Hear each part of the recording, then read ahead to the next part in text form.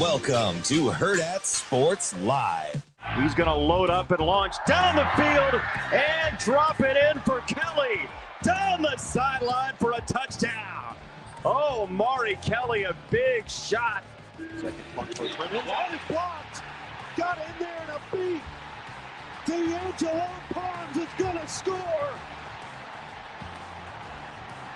Touchdown Hoosiers. Yeah, that's caught there. That's Omari Evans to the 10, and Omari Evans into the end zone. 59 yards. But the throttle down, and they keep it down, and they put up 58 against their in-state rival. 2 wide each way. Underwood out of the gun. Marshall, the running back right. Takes the wayside snap. 4-man twisting rush. Underwood under pressure. Ball's loose. It's around, and finally was it picked up. Deshaun Singleton was in the area. Beanbags on the turf. They stripped it. Black shirts get it done and get the takeaway. Snap to Raiola. Rolls right. Looks downfield to the numbers. Raiola plants. Launches. Far right side of the end zone. Jump ball. Was it caught? Was it caught? Unreal. Touchdown! Huskers! Jakari Barty on a prayer. 52 yards. It wasn't good enough, and then obviously the run game for them. 2 plays in the first half, but just too many big plays to win a football game like that. So we battled. Appreciate the effort of the guys, but it wasn't good enough. Good morning. Welcome into Hurrdat Sports Live, presented by Centris Federal Credit Union. That's DB. I'm Ravi Lulla here at Hurrdat Sports Bar and Grill. What's up, DB? How we doing? I'm doing all right. How are you? Is that a loaded question? No, we're good. Steelers found a way to win. Dodgers magic numbers down to 3-2. I liked Caleb Williams yesterday. He looked good. Looked like the Caleb Williams we thought we were getting. My jaw's still wide dropped open over Indiana, Illinois. Oh, my goodness. And what else? I think that's about it. One of our mutuals texted us, and I don't think either of us replied. I just wasn't in the mood. But they did say, hey, guys, could be worse. We could be Illinois fans today. Wait, who said that? TK did. Oh. Yeah, I don't. So it was a tough day. So my phone wasn't too active for the most part. That's good. Well, I just think people know how. Like I'm not gonna ever be too high or too low, right? I'm just gonna kind of go back to the drawing board in terms of what I think they want to do, what I think we need to do, and kind of where I think we're at. A couple of things surprised me. I guess I've thought, I didn't realize it seemed like Michigan had more than 391 total yards. So that because they had the ball for so long, it seemed like in the second half, the 16-play drive. Yeah, the kind of backbreaker in the fourth quarter was crazy. That was really their only real drive Sustained of the game. Drive, though. Yeah, and they did it when it mattered most. Absolutely, so that was kind of, I guess, it caught me off guard a little bit. Because you're watching it real time, obviously, and you're having conversations. And all I kept thinking was, how many third down conversions in a row is that? I think they got on that drive. I think they got 4. So, and I know they finished 4 of 12 on third down. So it would have been 3 on that drive because they were 1 for 8 going in, and 0 for 6 to start. Mm-hmm. So they got in a little bit of a rhythm there, and Ben figured it out for me like real time. It was they were averaging just a little over 8 yards per third down attempt. Mm-hmm. There were a lot of third and longs. So Nebraska was winning on first down, which I don't know. If you go back and I thought I got to give credit to a lot of it has been. But the pregame, I think, was spot on in terms of what had to go right, what the keys were. Like it was a fascinating because we're really trying to gear that pregame now into football, like the breakdown, the matchup, right? It used to be a lot of other things, but a little less like storytelling, more like football-y stuff. Yeah. Yeah. And so we talked about a lot, and I kept saying, I think one of my keys with Jess too was Nebraska's going to have plenty of opportunities for some havoc plays. Mm-hmm. They just got to take advantage of it. You got to get guys to the ground. Yeah. So that part I was surprised at the inefficiency in getting guys to the ground, but sure. I'm not surprised at kind of how it looked. We talked about kind of the feast or famine, like some things that I didn't like, the empty without. So there was a really nice back and forth going between the set, when Michigan would bring pressure, and then when they decided not to. Like they just started winning on the pass rush. Yeah.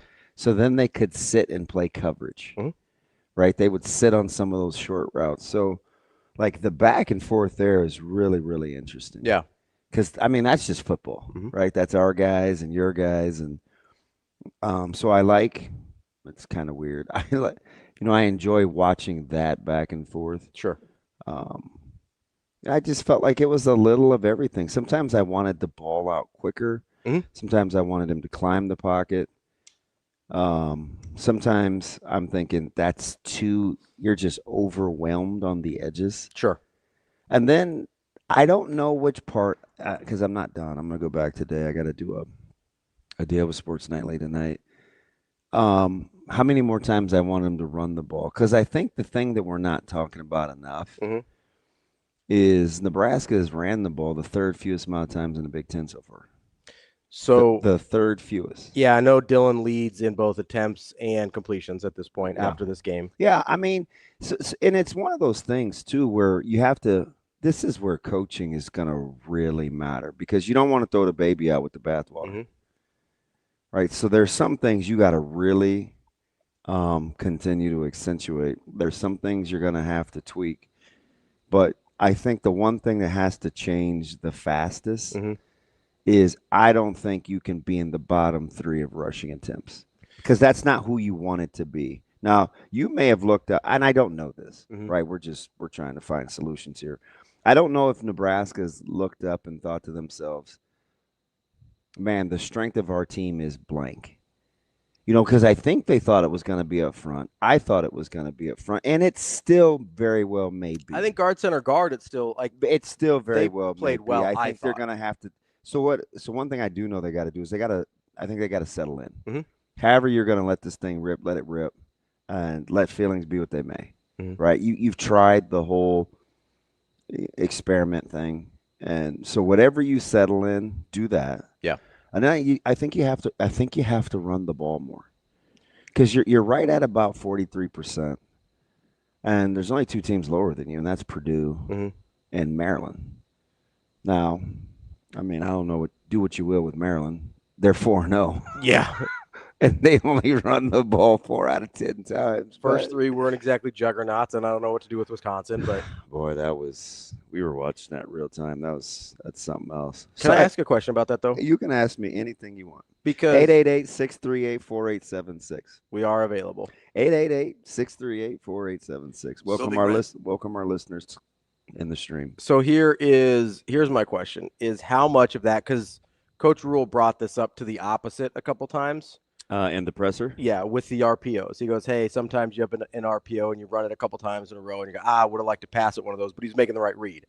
How many of the passing attempts are RPO? I have to count it. I have to count it because sometimes – because that was the first thing I wondered when we are talking about there's a handful of things I want to go back and do where I want to count actual plus pressures from Michigan because I don't think it was near as many as – especially in the second half. It was bad early. I thought was going to go in. Yeah. And then two, the check with me is where I think running was kind of the thing. Because I did felt like Nebraska could win outside the number. Their wide receivers are pretty good. They did have some chunk plays early on the ground. So the conundrum of it is those wideouts are pretty good. Yeah. And there were some times where I was thinking, I can't remember when, but I was thinking take some shots. Mm-hmm. And I know I wanted them to internally. Well, so I can't go back and say, yeah, oh man, you should have, you know what I mean? Yeah. Because I know what I was thinking real time. Because they're pretty good out there. Well, and you saw on one of them, you got the pass interference. Yeah. On Hunter. Then when you did take a shot, they didn't take a ton of them. But you know what was super evident. I don't know how you feel about this. Okay. I'll say we really haven't talked about the game at all. Yeah. We saved it. So I don't know how you felt about this. I felt like Michigan's physicality on the back end was spectacular. So like in the secondary? Man, they brought some serious drama. And they tackled. Very well. They tackled really well. Very well. Aggressively, too. It wasn't not just like ankle tackling. Like, they hit guys. Yeah. They hit some guys. Barney got the brunt end of it a couple times, but good thing he's the toughest guy on the team. Yeah. Oh, yeah. He's relentless. But, so I talked to a lot of, obviously I'm talking to a lot of guys, and almost, I wouldn't say 100%, but almost to a man. The question comes up. People don't want to hear it, but unfortunately, it's how players and coaches have to look at it. I always say tactical versus technical. Basically, it's scheme versus execution. Yep. And there's always some deal in the middle, right? You have a plan, and then if you execute it, it's supposed to look like this. And tactically, I didn't have a ton of problems. Now we'd need film. I think Nebraska did box a little bit more than spill, which was interesting because when you box and you keep it inside, you're expecting your guys to come in and fit inside the run game as downhill run hitters. Now maybe they wanted to box a lot of Michigan schemes, right? The counter and the little misdirection. So I don't know. I have to ask. Yeah.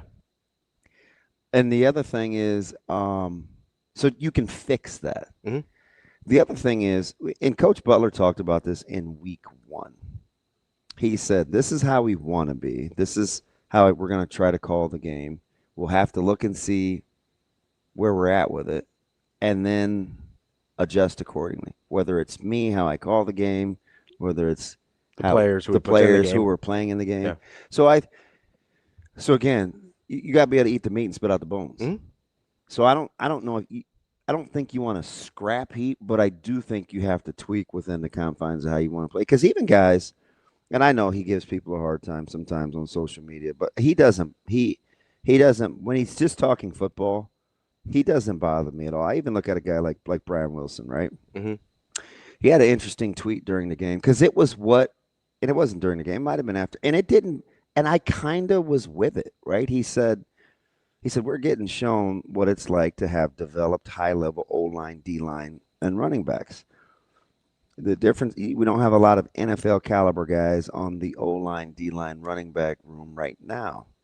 Actually, I like the scheme of Nebraska offensively and defensively today. See, nobody wants to hear that. But I think I'm kind of vibing with this. Right? You got to continue to develop. You have to continue to get better. But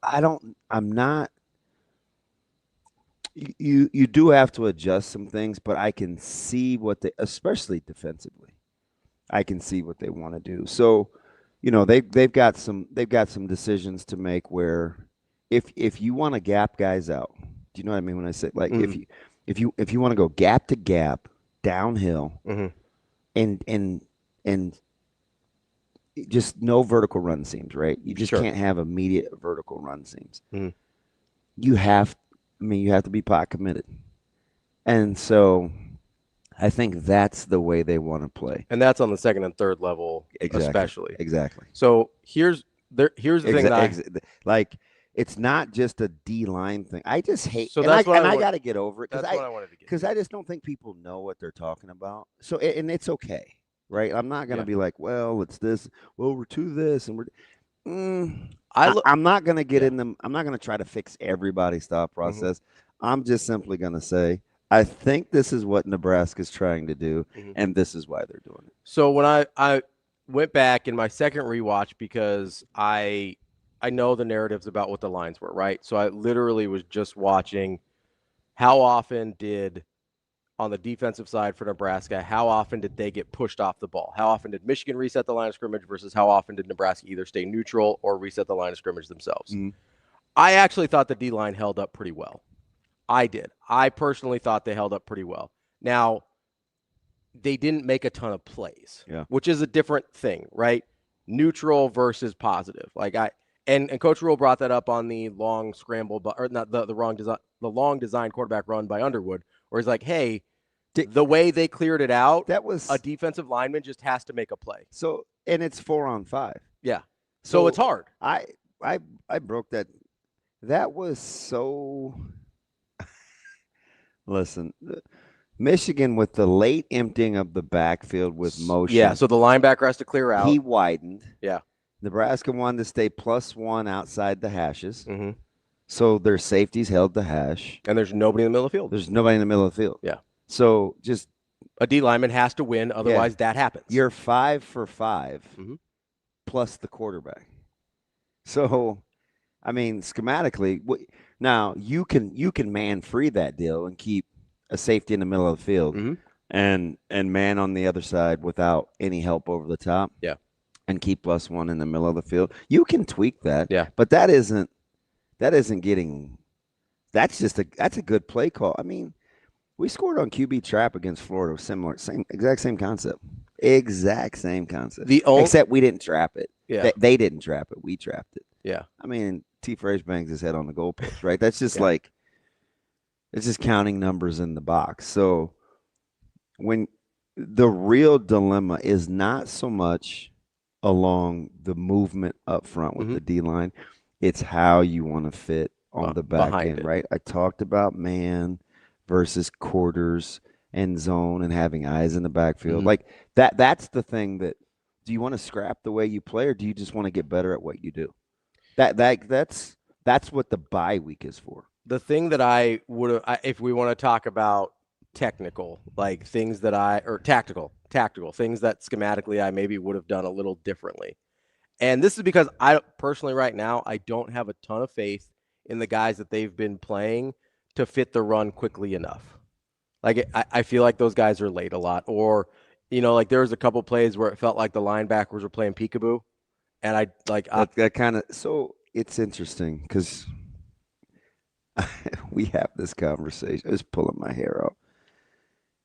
Sometimes you have, especially defensively, when things are happening fast, sometimes you have to make the play without making the play. And sometimes making the play is occupying a blocker. Where if you're playing a puller, going around isn't going to be the best bet. So you have to occupy him so your guy can make a play. Sometimes you have to go through. That's the trust, right? To keep him from getting to the second level. And it doesn't look like much, and we're really quick to want to. Oh, it was his. Actually, I mean, stopping the run is a collaborative effort. Yeah, and you stop the run with toughness, not with scheme. And part of that toughness is taking on a blocker when you're not going to make the tackle. You got to just be unselfish, and there's no other way. Like half man means half man. I mean.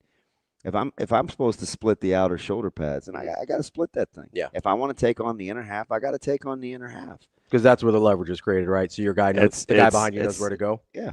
I mean, it's an indecisiveness against talented people kills you. Will get you cooked. I mean, I think it was on the 75-yard run by Haynes. I think it was that one. It was either that or the 54-yard run by Marshall. But I think it was the 75-yarder by Haynes.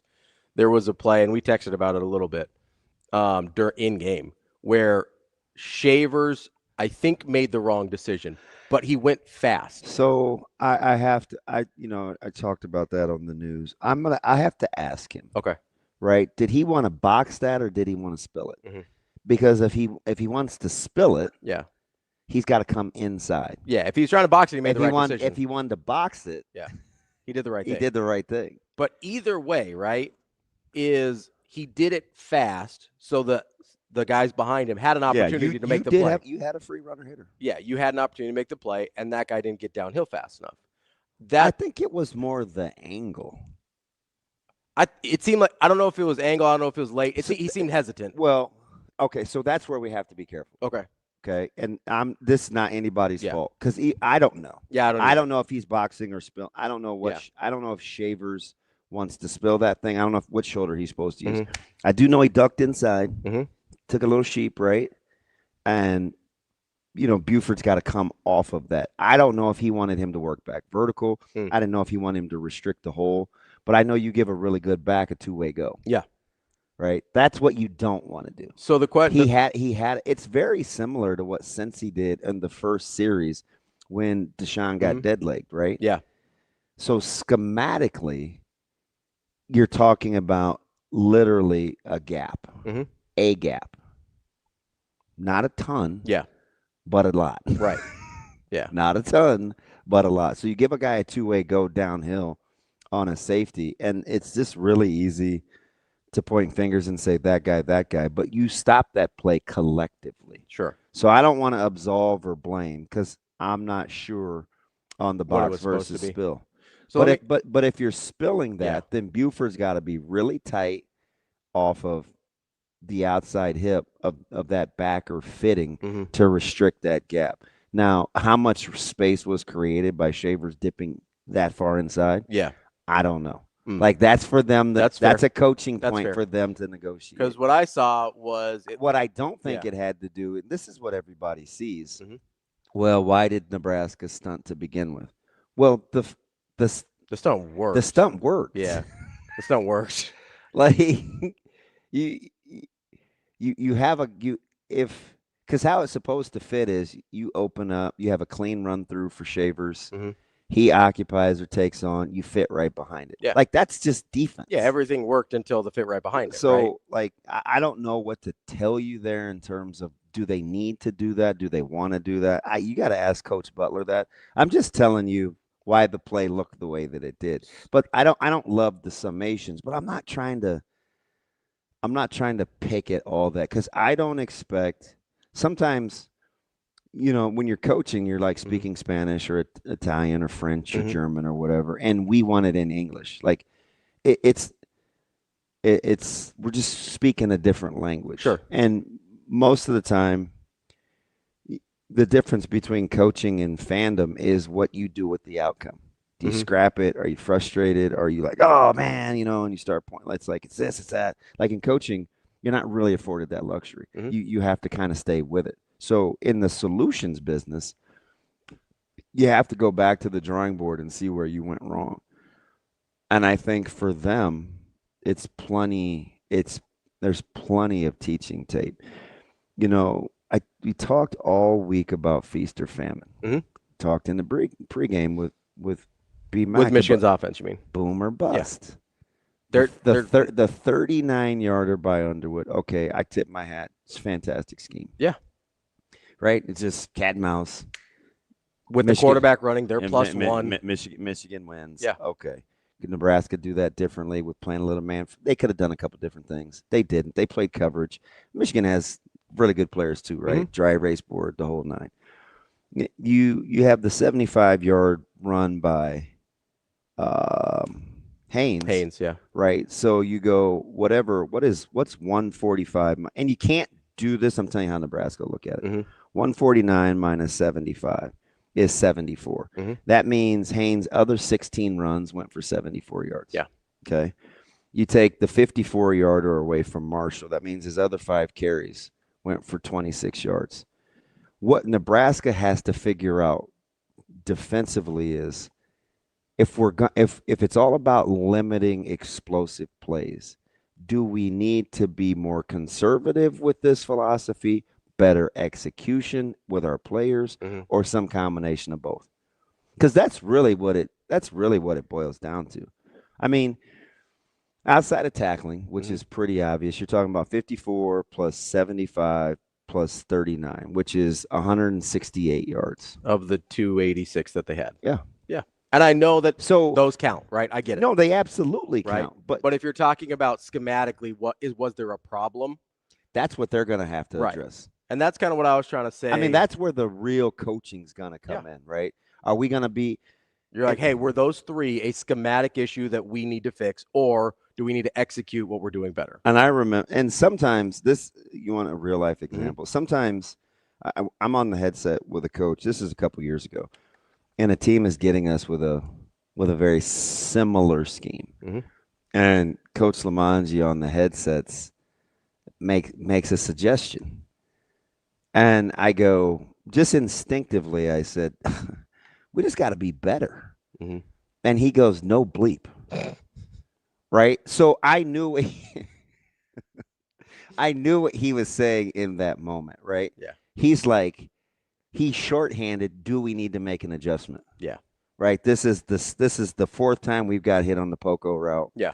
Like, come on, man. Because that's the question. If you consistently are not executing the thing you're trying to do, you have to try and do something else. Yeah. So which I get. Like that happens real time in coaching all the time. That's a very Lamangi response. No, he's great, man. But sometimes that's just how it goes. It's just how it goes down, right? So we kind of touched on one of the two things that if I had to say I would maybe consider as a layman schematically that I maybe would have liked to see differently.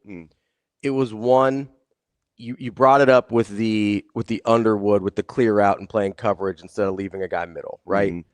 If I'm Nebraska and I know, hey, the secondary is my strength in terms of coverage, and I don't really think Bryce Underwood can beat me with his arm over the top. Yeah, that was pretty apparent. Like, I thought, like, he had a lot of inaccurate balls. They had one. But is it weird that I still like him? No, it's fine. But I told you, like, I thought Michigan was pretty good. That's fine. But he had, I mean, in terms of if you're Nebraska and you're trying to make, like, hey, what would we want back? What would we do differently, right? He had one completion over 10 yards. He was 1 for 6 for 16 yards. There are a lot of guys that wanted to sell out and make him throw the ball. I was one of them. So I wonder what that would have looked like. I do too. Because, again, that's where I come back to the 3 runs, because for the most part, it worked. Like, what they did worked for the most part. But my thought is like, okay, and I may not be right here. If I'm right and I go, hey, I feel like they were late on run fits a little bit. Because on the Haynes one is interesting. And it was, one? Yeah. So it was Shavers occupying, whether he was right or wrong, I don't know, but he was fast. And then you had Buford, who I felt like if he had gotten to the hole quicker, it's less of a two-way go because there's more congestion. Is that right or wrong? It's right in the premise. I had to be very careful. Okay. Because, again, I'm only saying Buford because I was the guy. Like, that was who it was. I don't know. Coach Queen and I will arm wrestle about this. Yeah. Sometimes this happened to us Thursday night or Friday night on a speed sweep that Bellevue Western was RPO. And they got outside the box. And he's on the headsets and he's like, hey, if your guys are more right now, the safeties won't be as indecisive. And I said, I'm like, hey, we're playing this as fast as we can. Let me take a look at it on the iPad. Maybe we just have to be more, stout. Well, I get on the iPad. We got everybody on the bench, and I'll show you the play because we cut it up this morning to look at for Central because they like to get on the perimeter, and there's some things that we're going to do differently. We gave so we're into the number 2 receiver, right? And our outside linebacker sees ball inside. He sees the ball inside. So he gives one of these where he wants to come inside. Well, they got some speed. Yeah. Right? So by the time we get done playing peekaboo in here, it's out the back gate and they've stretched us. Now, what did his safety have to do? His safety had to banana from inside out as opposed to just getting a downhill natural fit. So I'm going to be very careful about the indictment of who's who, because I don't know enough about if they won the boxers in the box. I'm telling you, the boxer spill thing for inside the hashes totally matters. Changes all your angles. Changes your angles. Changes all your angles, right? So you can look slow when you're not supposed to. Yeah, and it's a trust thing. So here's why I brought it up. Not to indict Buford. The reason I brought it up is, this is out over my skis a little bit, so you have to tell me if this is nuts or not, right? My thought was, if I think guys are a little slow into the run fits, why not just do some run blitzes into those fits so they're never slow? Like right now, like some of those mug looks? Yeah. You could have. Like that's personally, you could have. As I'm watching that live, that's what I wanted. Yeah, you could have. Because I'll be like, hey, I will take my chances in coverage with Bryce Underwood and his arm. I'm sure there's a couple that I know there's a couple of. So that was one thing schematically that I would have liked to see maybe a little different. So where in your this is going to be the fascinating thing over the bye week is like where so everybody has to have accountability, right? Mm-hmm. How much of that is do you want to just say, hey, man, we got to be better, and then have your coordinator, your head coach say no bleep, right? Yeah, so it's like that's the and at some point do you have to understand, hey, we're not capable of executing the thing I want them to. That's where they're going to be at, right? Right, and and again, I know DR didn't want it, but it is good to have a bye week right now to figure that out. Yeah, so I think, and there's some maturation and growing, in that one too, right? Where you go on offense and you're like, all right, they're in those wide nines. They got smaller and lighter. Step up. I mean, when they start out that wide, you have to know where your path is, right? It's not leaking out the back. I understand. Like that's the thing that drove like a little bit, and that's an execution thing. That's not a scheme thing. But if you're Dylan, and I thought, listen, I know some people weren't. Dylan played really, really well.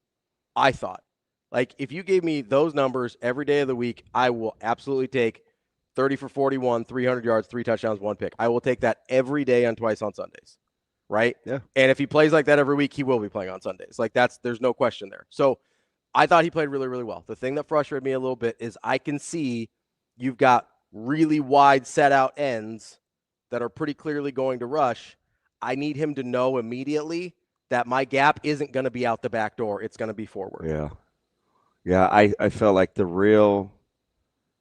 it's just easy math. And that doesn't absolve the tackles. When you go empty and you are speed rushing with 4, you have 7 in coverage for 5. Yeah.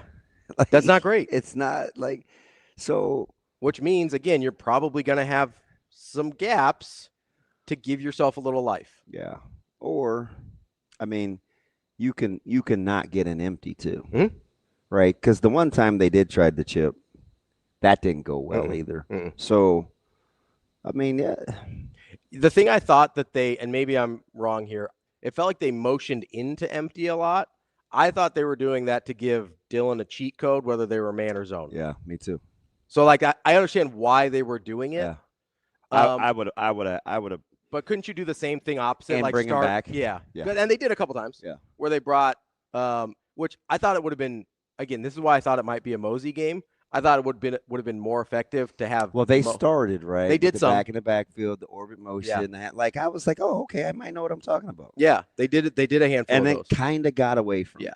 The other thing that I would have liked to see, and I think this is more schematic than execution, and this is on the offensive side. I really only had the one issue on the defensive side. I would have liked to see them be like, hey, we're stopping the run. Good luck, Bryce Underwood. If you beat us with your arm, you win. Congratulations.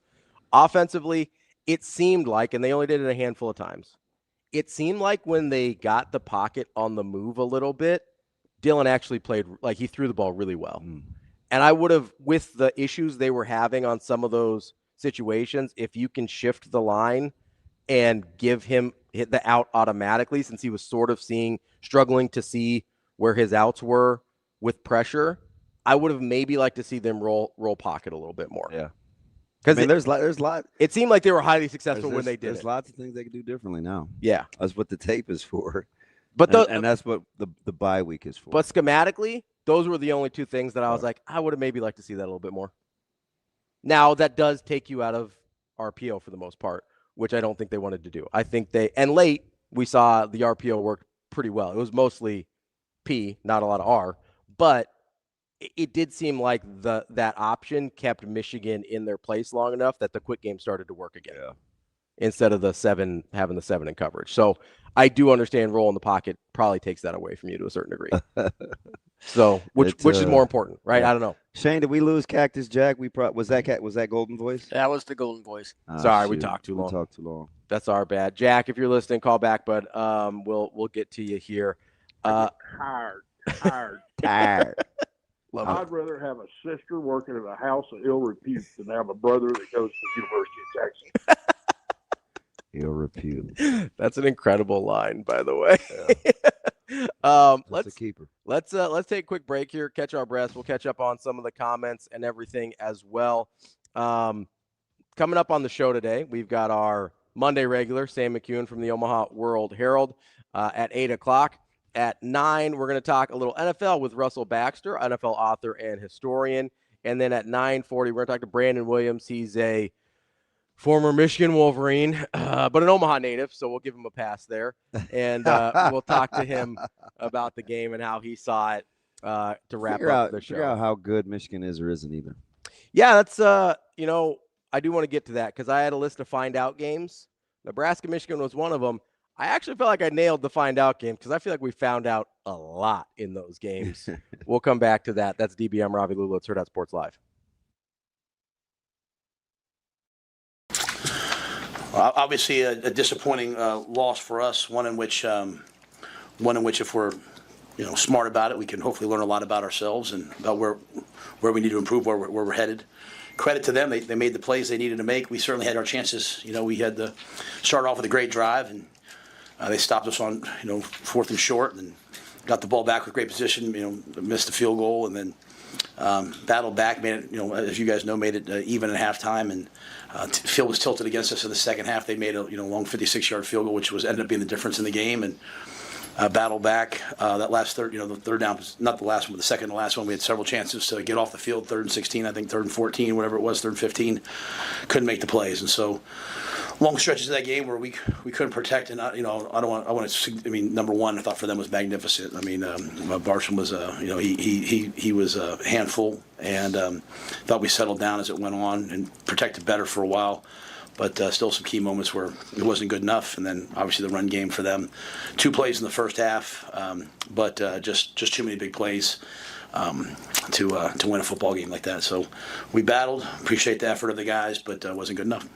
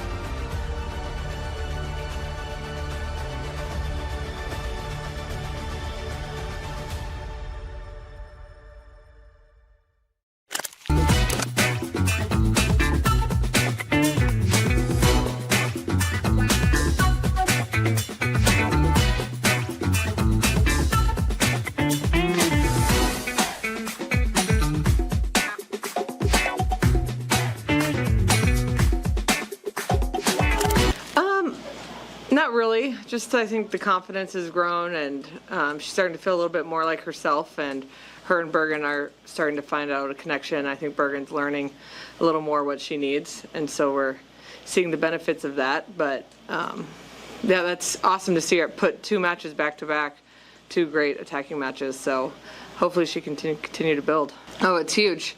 When your opposite can kill balls, it just takes a lot of pressure off your left sides, who are already by default going to get a ton of sets. So when it feels like your opposite can get kills and side out, it just lets them free up their play and focus a little bit more maybe on passing and defense. So I think it's huge. And then our middles are doing such a great job. That's what you want your teams to worry about, your middles and your opposites, and then your outsides will be open.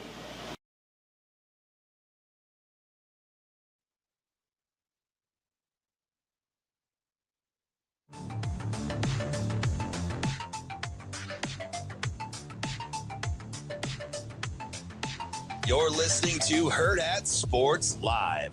Yeah, we take all the emotion out of it. This is when our brotherhood's tested, and our guys will fight back harder than ever, and we'll come back ready to go get ready for the next game and win. So, you know, a lot of people think this might break us, but I'm just telling you right now, be careful. We're going to come together and do something scary.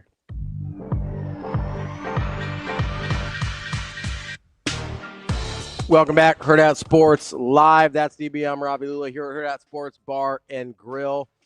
Don't forget, if you're on the road this morning heading to work, don't get too distracted by, you know, however you feel about the game. Like, keep those eyes focused straight ahead on the road. You got one job as a driver, has to drive. This message from the NDOT Highway Safety Office. So, DB, you asked a question on the way out there about how good do we think Michigan is? Because I think that largely will inform, probably more than anything else, how we feel about what happened on Saturday. If you think Michigan's pretty good and a team that, I mean, what they start, 14 preseason poll? Yeah. They start, if that's a top 15 team in the country, it means they're knocking on the door of a possible college football playoff berth. Do we feel differently about that game than if they're the 21st or 25th or whatever team in the country that they were when we played them? You know, is that rhetorical? Or are you going to? No, So this is my thing, and I think people want me to be more upset. I'm really not, just because of what you just said. The perspective going into the game. I said Thursday. I said Wednesday. I said Friday. Man, Michigan's pretty good. Mm-hmm. And I felt like I knew that they were pretty good. And now you asked me this morning. It's like, do I feel they were better or worse than I thought? They're about the same. Mm-hmm. About the same. It's good enough to definitely win. The reason that I picked Nebraska is because I thought a couple of things would play out a little different. Number one, I thought I didn't think there would be such a physicality disparity on the back end. Right? Mm-hmm. Michigan's tackling was incredible. Really good. I was blown away by. I mean, they brought some drama. Yeah, their secondary tackling was and BMAC, he said really something good. in the pregame that I didn't really pay attention to specifically. But he goes, "Have you watched their he goes, their safeties get to where they're going." Mm-hmm. And I was like, "Yeah, you know, pretty good," because I just think globally, like how I watched them play. But those two guys in particular, fudge. Yeah. they brought some wood. So I'm not. And off the top of my head, I don't remember a egregious missed tackle from their secondary. So I don't. So I felt like that was, you know, I misjudged that, and I also thought Nebraska would run the ball more. Mm-hmm. Right, because sometimes running the ball, and I don't know. I have to kind of go back. You get down to two scores, which they did twice.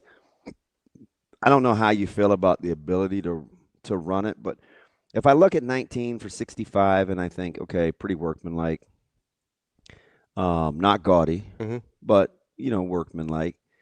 And they did get some creases early. Yeah. So, you know, Emmett popped think, a couple for I like think 8. You kind of have to go back and look at. Mackay had one for like 8 or 9. Like you had some opportunities. Yeah. So to your point, yeah. I just wonder. Like if you had it to go back and do over again, I mean, you'll take McConnelly finished with like 3 for 19, but you'll take the 6 per, right? Or whatever that is. That's 6, whatever. Yeah. Whatever 19 divided by 6 and some. Can I ask you a question though about that, about running the ball a little bit more? Sure. So Dylan's the best player on your team. I know. I told you that's the conundrum. We really, I mean, you mentioned earlier. I said it we really like the receivers. Yeah, I get it. You know what I mean? So like that's where it's like, yeah, ideally you'd like to run the ball more. Do you remember the one key that I said at the very beginning of the season about Nebraska's offensive identity? What's that? I'm gonna say it again. Okay. That it will be the discipline or the balance, the self-control to decide who you need to be. Yeah. Versus who you want to be. Yeah. That's going to be the whole, because I feel like their offensive line is best at run blocking. I feel like. Yeah, I can see that. I feel like you need to run the ball in this conference. But then I look at the roster and I think offensively, your best players are outside the numbers. And your quarterback. Yeah. So. You got some pretty good pass catching tight ends. Yeah. I mean, you know what I mean? Like, I mean, Lindemeyer did some work yesterday or on Saturday. Yeah. Like, he had some nice plays. So that's where I struggle. So I think that's gonna be the balance. I mean, you have a draw. Mm-hmm. You tried to go to the screen game twice because I think you thought you were gonna get pressure out of the empty, but they played coverage behind it because they could rush with 4. Yeah. So I mean, again, I don't want to have it all super knee jerk and. But I do need to understand how many times they actually brought plus pressures versus not. But what I do think is funny is, if you want the whole indictment referendum thing, and everybody's going to have their opinions, right? Where I heard this, well, Michigan gave them a couple of gifts, or they were without their head coach, or this was a gettable team. Yes and no. I mean, it was 30-27. It was gettable. And I don't just look at the final. I look at the game. How it played out. Yeah, right? Nebraska was down 10 most of the game. Because what fans will do, and sometimes in the media will do is, well, Michigan did X, Y, and Z. Gifts, total gifts. What players and coaches do is they do the exact same thing. It's easy to see it's easier to see a drop or an unsportsmanlike for taunting. Which still boils down to discipline and concentration. Yeah. That's how players think. Which he'd also done that like 4 times over the course of the game, and they finally just called the last one. So for whatever that's worth. So players think, man, I left blank on the field at this time. I left blank on the field that time. I should have made this cut. I should have made this throw. I should have made this tackle. It's not as obvious to media and fans. So we pick these arbitrary points to point at and say what Michigan gave Nebraska. It's a two-way street, but some of that stuff is not as easy to see. Yeah. Because we don't look at it like that. Right? I mean, you go up. I'm not going to go tit for tat there. I'm just saying, like, so I heard, or the fact that Michigan didn't have their coach. If there's a program that's used to playing without their head coach. You said this last week. You did. I know it's Michigan. Like that was a non-topic. Like you have Chip Lindsey, you have Wink Martindale. Like those guys know what they're doing. And Biff's been around this program a ton. He was a head coach until last year or whatever. You do what you do. Like the head coaching thing was. I thought it would be more of a factor than it was personally, and I feel like I was wrong about that. I mean, I get it, and I'm not slapping your hand for thinking it. I just look at it through different lenses, right? I know all players care about is what's the game plan, and do we feel like we can execute it? Outside of that, everything else is for us to it's just talking points. Yeah. Right. Can I ask something about the run game? Whose? Nebraska's. Oh yeah. You could ask whatever you want. Okay, go ahead. So as you're talking about kind of that balance of who you want to be versus who you need to be, and how much. I think that's a thing going forward. I agree. How much though? And I think I said this last week. I don't remember if it was on air or just to you. As I said, I felt like this might be a little bit of your pass game is your run game type situation. So how much do you consider like Emmett had 5 receptions for 32 yards? I know 2 of Heinrich's were kind of those slip outs in the flats there. Like how much of that do you take into account for what you want the desired outcome to be to manipulate the box? A fair amount. Okay.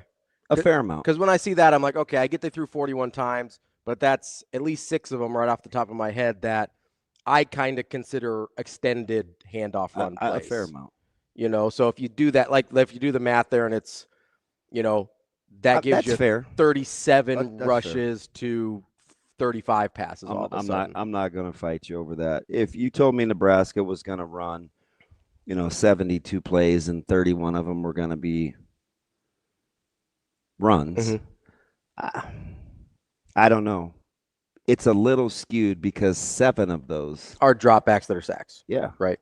So let's say that evens it out. Does that make you feel better about let's say it's 7 for 7. Let's play it easy and just switch them out. Probably not. Okay. Still probably need a little bit more. Yeah. Okay. That's fair. Probably not. I'd like to have seen, and again, sequentially, I have to go back. And I joke, because I've done this a while. Yeah. And I said, oh, inevitably you get inside the 10.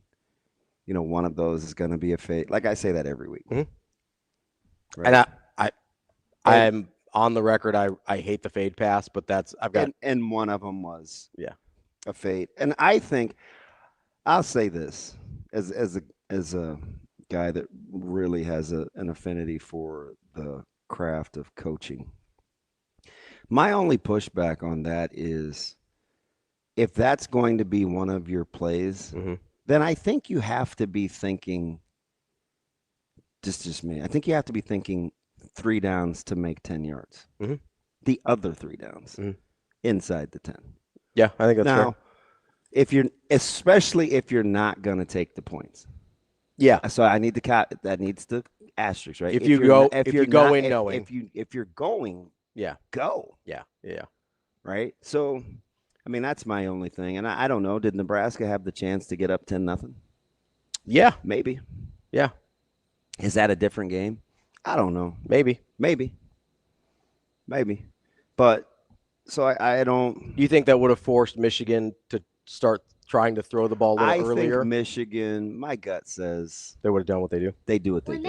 Yeah. That's kind of they don't strike me as a panicky bunch. I think schematically, if you were going to try and make Bryce Underwood throw, you were going to have to make him do it. Yeah. Like you were going to have to make it so painful to try and run that the only thing, like it was too obvious to try and pass that they couldn't pass it on. I did feel comfortable saying I felt Michigan or Underwood had way more margin for error.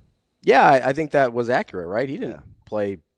I mean, he had the way more margin. He had the nice, and I'm saying that, and I think he could still be. He's still going to be really good. Yeah, I mean, we're talking about his 4th game of his career. Like, this is not an indictment on who Underwood's going to be as a player. I think it is who he currently is as a player. I tried to really just watch his demeanor. He's got some poise to him. Yeah, he's got some poise to him. I think your margin for error comment was dead on though, because I mean, really, he had one really nice play, the draw up the middle. Outside of that, if you're Nebraska, you'll probably take how he played, right? Yeah. Didn't really kill you with his arm. Outside of that one run, didn't really kill you with his legs. You'll probably take how he played 99 times out of 100. Going back to the comparisons of 160 total yards, 1 touchdown. Yeah. You'll probably take that out of a quarterback. It's the sack yards 49-6, and the tackles for losses minus 54 to minus 13. You want the most glaring stat of all of them. Yeah. This is really the game within the game. You want me to give some credence to tactical versus technical? Yeah. What did I tell you makes scheme overrated? Making plays. Tackling. If you tackle well, scheme is highly, highly overrated. Yeah. Of the 76 plays that Michigan saw, how many solo tackles do you think Michigan had? Oof. I would say I would say well over half. I'm going to say that would be accurate. 50. 40 solo tackles. That's just basically in space, you and a guy, you make the play. And that dog will hunt. Yeah. One, we saw the exact opposite for Nebraska, right? How many you think Nebraska had total? Not very many. Of the 54. 26. Oh, God. That's pretty bad. So, I mean, percentage-wise, it's not awful. That's a lot of solo tackles for that many snaps. So was it the solo tackles that? Because remember what I'm talking about. Mm-hmm. One team was running the ball. Yeah. One team was throwing the ball. You'd expect those numbers to be flipped. Yeah. Do you understand what I'm telling you? Yeah. That's why I think we have to be. And listen, guys, I'm not trying to talk you off any ledge or your emotions. I don't get into how you should fan. But I do think it's my job. It's just like the fiduciary responsibility, right? I just want to give you the information, and you can do with it what you will. You can feel however you want about it. I'm not going to tell you how to think. I just think 40 solo tackles for the way Nebraska played offense is incredible to me. That's a lot. Dude, that's a lot. I mean, So was that the number one reason for the limiting of the extra yards? That's a lot of it. Yeah. You get guys to the ground. I don't know. It's just a game changer. Yeah. And I just want you to think of just sit on that for a while of the way Nebraska played. Yeah. Sideline to sideline. 40 solo tackles for Michigan. Nebraska had 26 with that many runs. That's not going to be a good formula. Yeah, probably not. Got to figure out a way to flip that. Well, and listen, does that mean Michigan has that many better players? A little. But the coaching part and why I love the bye week is you get to get into the execution of it. How much that's going to be it's fascinating. For going back to the drawing board versus getting better at what we do. How are we going to slice that pie in percentages? That's what I want to see. Yeah, that tackling part really reared its ugly head on that 9-minute drive in the fourth quarter. Oh, that's the one that sticks out to me. I felt like you how many opportunities did they have? You want to go back and get some stuff during the broadcast. I felt like I may have said that too much. But it's all I kept saying. I don't think you could have said it too much. Because I think when you draw the defenses up, you're getting what you want. You got the looks you wanted. You just got to make the tackle. Yeah, you had them in 3rd and longs. And to be fair, I think Michigan got what they wanted, and they forced corners to tackle a lot. And that's the scheme, right? They want corners to have to tackle. Yeah, and my guy asked me about Caleb. You knew this. I knew this. And it was just one of those games. It's what made the week so hard for me. Yeah. Because I felt like and he got hurt in good on good. Yeah. With the concussion, but knocked himself out. But yeah, did I want to see a guy get down into the box and make plays? I did. Yeah. I really did. So the whole time it's giving me a headache. Yeah. It really was giving me a headache. And then, it makes the weekend tough too. So, that's that. Yeah. Yeah, they were thin in the secondary. Let's get – and Hartzog was out, obviously, as well. Yep. Which I am interested to see – when we can talk about this later after we get to Sam. I'm interested to see how much difference you think Hartzog makes in a game like that. Yeah, just the savvy. Yeah. Experience, And we saw what happens when corners got a tackle. So there's a lot of – it's not even soul-searching. That's a little deep for week 4 because I'm not into the referendum thing. Yeah. But I do think it's interesting, the balance that it takes of self-eval versus got to coach him up. Good stuff there. We're going to talk to Sam McKewon from the Omaha World Herald next. It's Hurrdat Sports Live. We asked fans to say something nice about each other. Let's see what everybody has to say. I would say the one thing I like about Michigan is Taylor Lewan.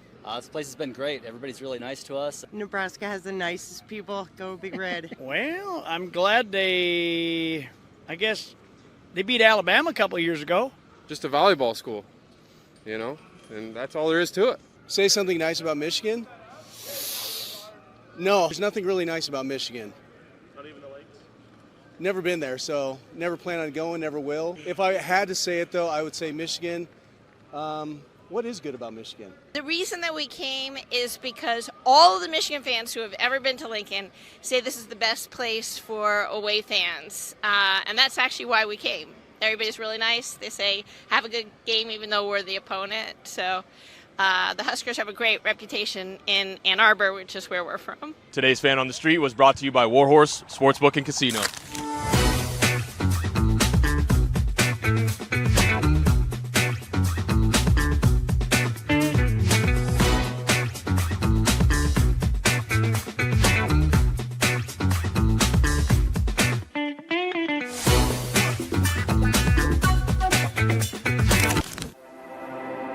A successful financial future is built one coin at a time. Whether you're just starting out or a seasoned saver, We've got the financial resources and team of experts who will be with you every step of the way. Centris Federal Credit Union. We are where you are.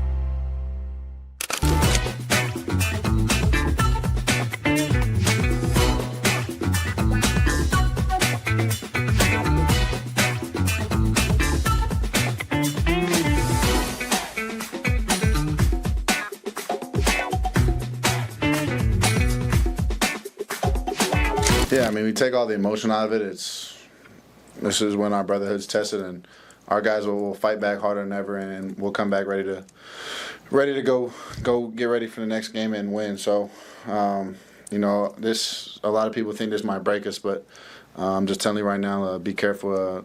We're gonna come together and do something scary. Yeah, I mean, shoot, we were getting booed, so I mean, I love that. I mean, shoot, it sucks when your home crowds boos you, but. You know, once again, we appreciate them, everything they do, but, I mean, it's cool now, but you don't win the game, it doesn't really matter when it comes down to it, so it's what it is.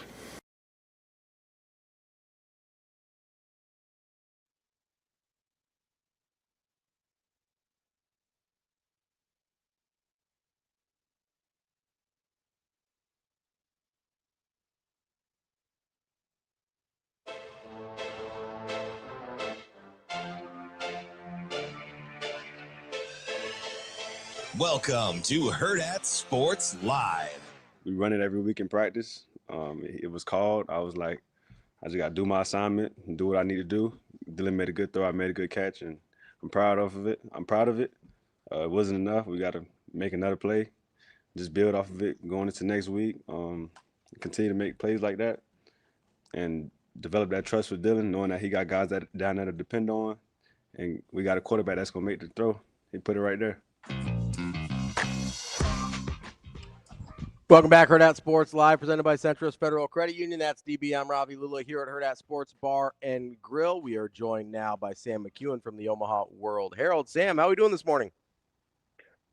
I'm good, guys. How are you? One of those mixed emotions for you. Very no, good. Bears won, Browns won yesterday. Yeah, I was going to say, very good weekend in the McKewon household. The Caleb Williams of it all? You want something funny, too, Sam? I got a good buddy who's kind of a degenerate.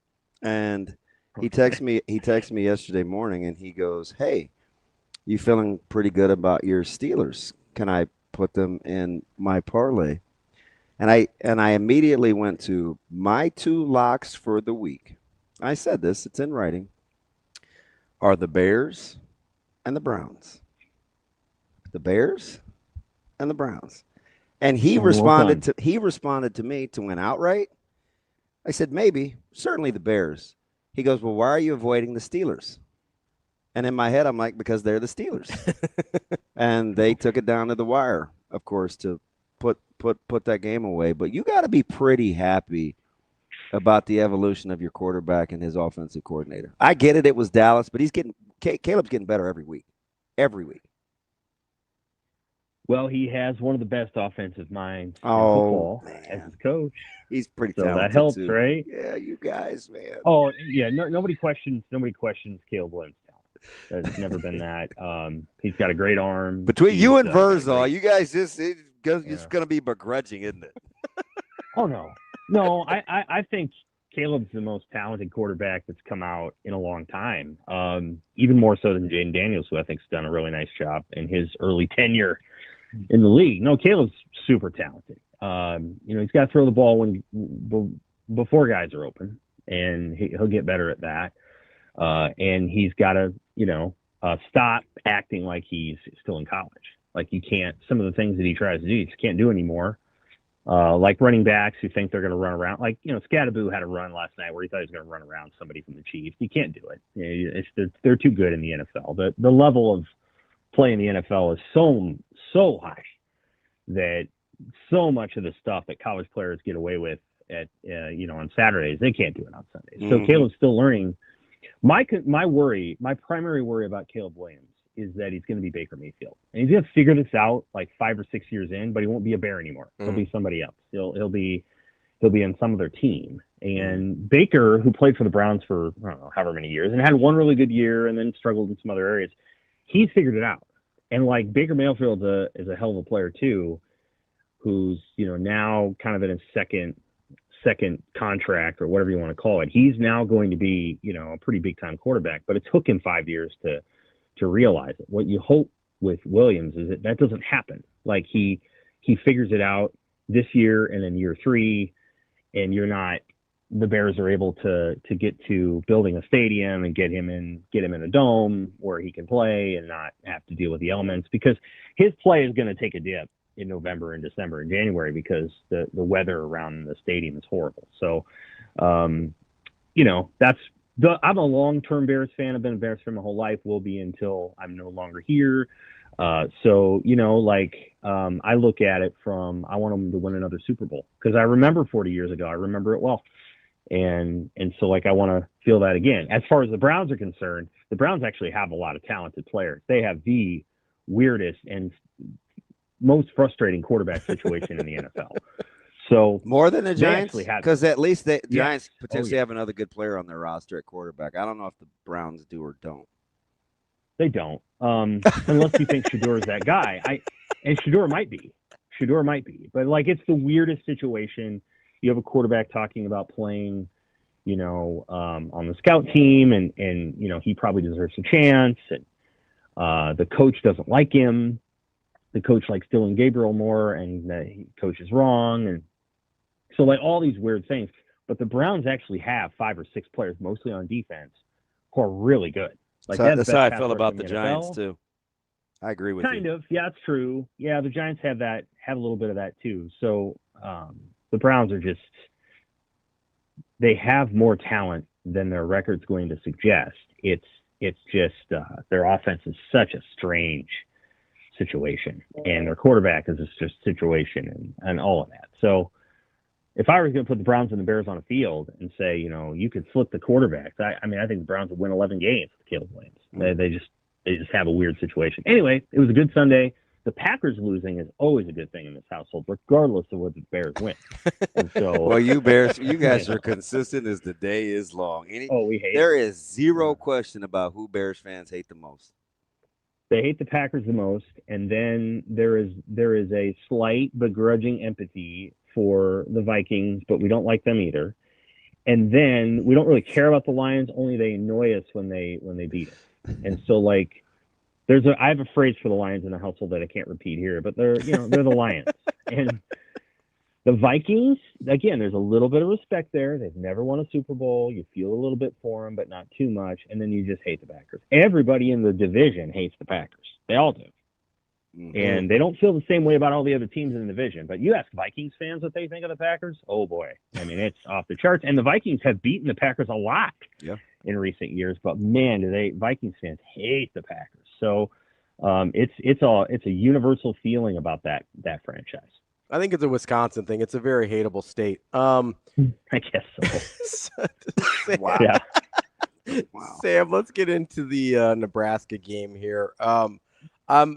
I'm curious as you watch that, as you kind of dissect everything through it. The narrative in game was how bad Nebraska was on the offensive and defensive lines. If you got a chance to rewatch that, did that hold up in your mind? Did you think they were a little better, a little worse than you thought real time? What was your perception of the line play compared to how people felt about it real time? Well, we'll talk first about the defense. In real time, and you can ask the people who are sitting next to me, I called out the 54-yard touchdown. I don't know, and Damon can probably explain this way better than I can. I don't know if Nebraska was misaligned there. I'm not sure what was going on, but it seemed like something was not right in Nebraska's defensive alignment on that play. I know they brought a blitz from the wide side there. I'm like, they're going to go to the short side and they're going to run zone and they're going to score. And they did. And so that rarely happens. I'm not a coach. I'm not a former player, but there was something not right about that look on that play. Mm-hmm. So in real time, I don't know if that was the line getting dominated or something got wrong, but two Huskers were blocked into other Huskers. That's something that can't happen. The execution there was not right. And so there was that. Every time that Justice Haynes got the ball, because I had watched all the previous games, I'm like, watch out. because the way that they try to run the ball, they're trying to bust him for big runs. If they wanted to do the lean on the defense and get 4 yards of carry, they probably could do that. But the way that they compress their formation, they're trying to hit big runs. And they're comfortable going 0, 1, 2, 75. And so they did that, and they were able to pop Nebraska. I'm sure Nebraska knew that going into the game. So there's some things there that I think the Nebraska's defense has to work on. And some of that is, do you have to run so many line stunts? Can you just trust your defensive lineman to hold up a little bit better? Because I feel like the calls that Butler makes speaks to what he actually thinks of the group, which is, we got to get creative here, or otherwise we're just going to get pushed around. So maybe that's not true, but that's kind of what I see. On the offensive side of the ball, I thought it was pretty concerning. And so, like, the tackles, and Rhule was able to articulate it well in the post game when he's like, it seemed like we weren't attacking or being aggressive when we were giving them too much credit, which is never a thing that you want your coach to say. Like, it almost sounds like Nebraska was their tackles were almost a little intimidated, or they were, but you can't catch. And they were kind of catching. And what I put in my rewind today is a lot of those guys are kind of built like Nick Benito, who plays for the Denver Broncos and is a terrific player. And if people remember, he wrecked Nebraska's life back in 21 when Nebraska went down there and lost to Oklahoma. He had 2 sacks and about 95 hurries. And Adrian Martinez, he couldn't get away from him. And this felt like that. It almost felt like Nebraska just didn't handle what Michigan was trying to do that well, and Michigan was not always bringing 6 guys. The one blitz was pretty crafty, and they brought like 6, and it worked. But there were a couple times when they brought 3 or 4, and you got to be able to block that. Otherwise, your quarterback, who I thought played pretty well, isn't going to have much of a chance if you can't block 3- and 4-man pass rushes. Sam, I'm going to read you a couple of stats, and I want you to tell me what they tell you. Keep in mind the way both teams played offense. Of the 76 snaps that Michigan saw defensively, they were 40 solo tackles. Of the 54 snaps that Nebraska saw, there were 26 solo tackles. For me, that's pretty alarming as much as Nebraska played out in space offensively. And I get sacks count as solos, but doesn't it seem like that number should be flipped? Potentially, yeah. Obviously, Nebraska didn't tackle them a few of the times because they just went to the end zone. But yes, yeah. I mean, I think there's. You think Michigan is that much better than Nebraska mano a mano out in the open field? I thought that's a big 40 solos in 76 plays. The way Nebraska, that's a big number for me. Yeah, I think Nebraska. Well, some of it is that Nebraska's throwing the ball a lot, and so when you throw the ball a lot, a lot of times guys will get tackles out in the open because they're the only guy there. But yeah, I don't know. I mean, I think that's an interesting thing that I hadn't thought about. I would say that Michigan probably tackled better. I know they did, and Nebraska's probably got to do a better job of making guys miss. And my framework is. And, as OCs and DCs is the goal is to get your free guy on our free guy. Right? Yeah. I know. Yeah. Well, but beyond that, I think there is a question to be had about whether Nebraska, especially in the second half, it's 17-17, it's 20-17, whatever it is. Nebraska really didn't try to run the ball much. They just didn't. And I don't know if they went away from it too much or whatever you want to call it, but I felt like on the first drive of the game, they had 33 rushing yards on the first drive of the game. And I think the rest of the game, even if we're taking out the sacks, I think they had about 59. And some of it is you've got to find a way as an offense to continue pounding. And I don't know. It feels like Nebraska's run offense and run defense just aren't as good as they could be. And I think whether that's an issue of commitment or whether that's an issue of talent, it's hard to say. But I don't feel like Nebraska's rush offense, aside from the long runs against Akron and Houston Christian, which skew the numbers, has been very good this year.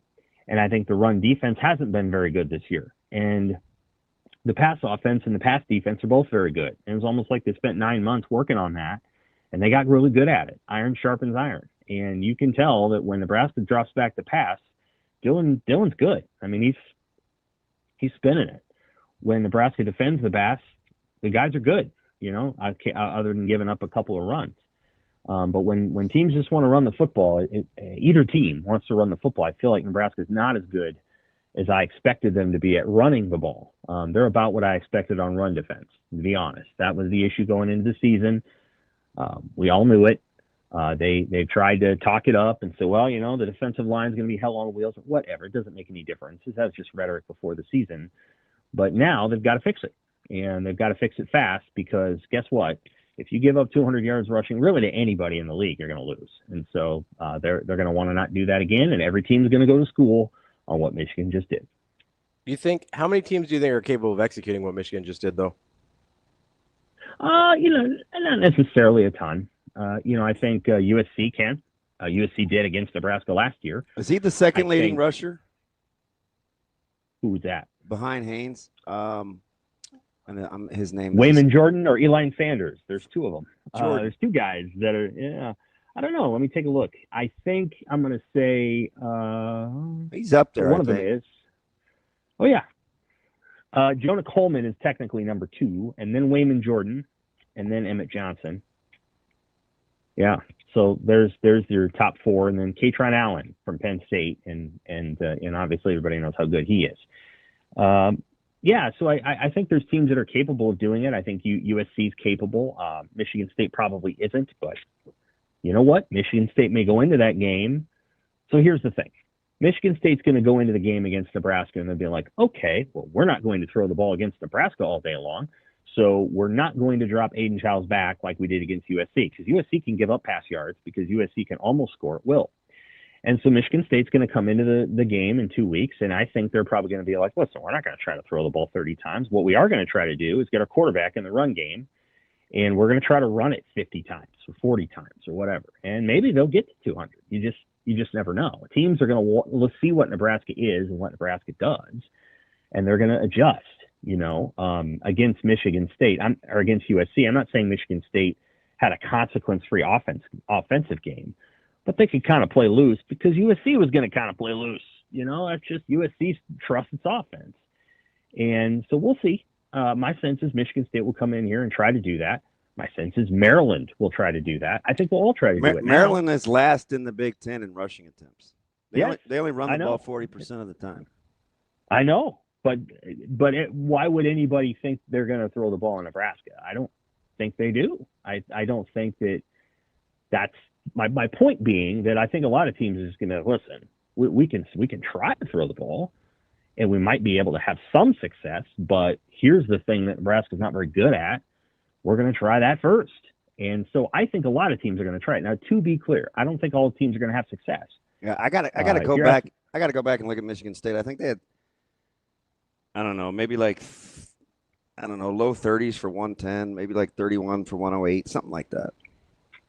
Right. And in the circumstance with Michigan State, that game got loose, and it was going to. They know, and, Michigan State doesn't have the defense that Michigan does. So one of the things that I think is going to happen when Michigan State rolls in here in 2 weeks is I think Dylan's going to have a field day.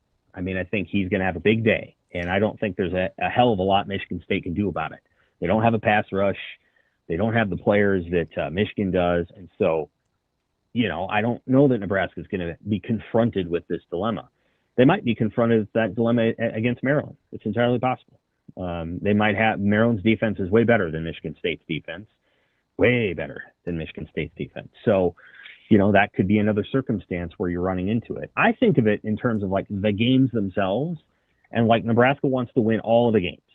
And so like each week they're going to be presented with like a problem, and the problem may not bear itself out the same way statistically, but stylistically it might be the same. And so, Maryland might only run for 165, but by goodness, that'll be 50 more than they're running for now. So like that kind of stuff. You've got to be mindful from here on out that teams are going to try to run it on you. Sam, if Maryland runs for 165, I don't even know how you like him. I don't know, man. I don't know. It's I get it. I totally understand. And I'm not saying they will. I'm just saying that, like, what teams are probably going to try to do from here on out is they're going to look at what Nebraska does well. USC will be like, screw it, we'll just be who we are, and we'll see if Nebraska can beat that. And Penn State probably will too. And Iowa can only be one way, so Iowa will do what Iowa always does.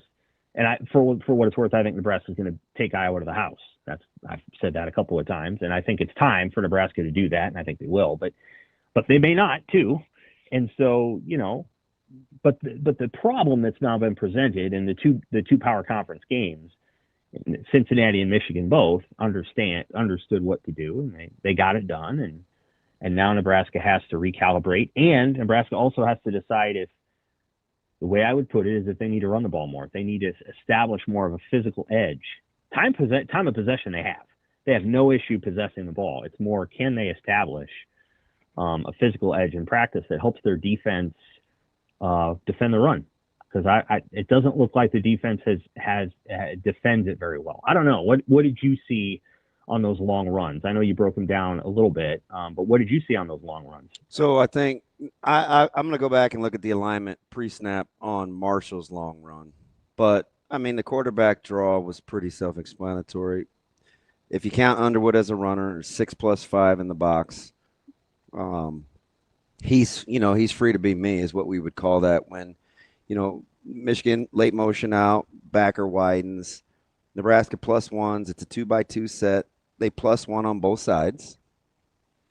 Safety's over the top of the two-man combos, plus back motioning out. So you're void middle of the field, right?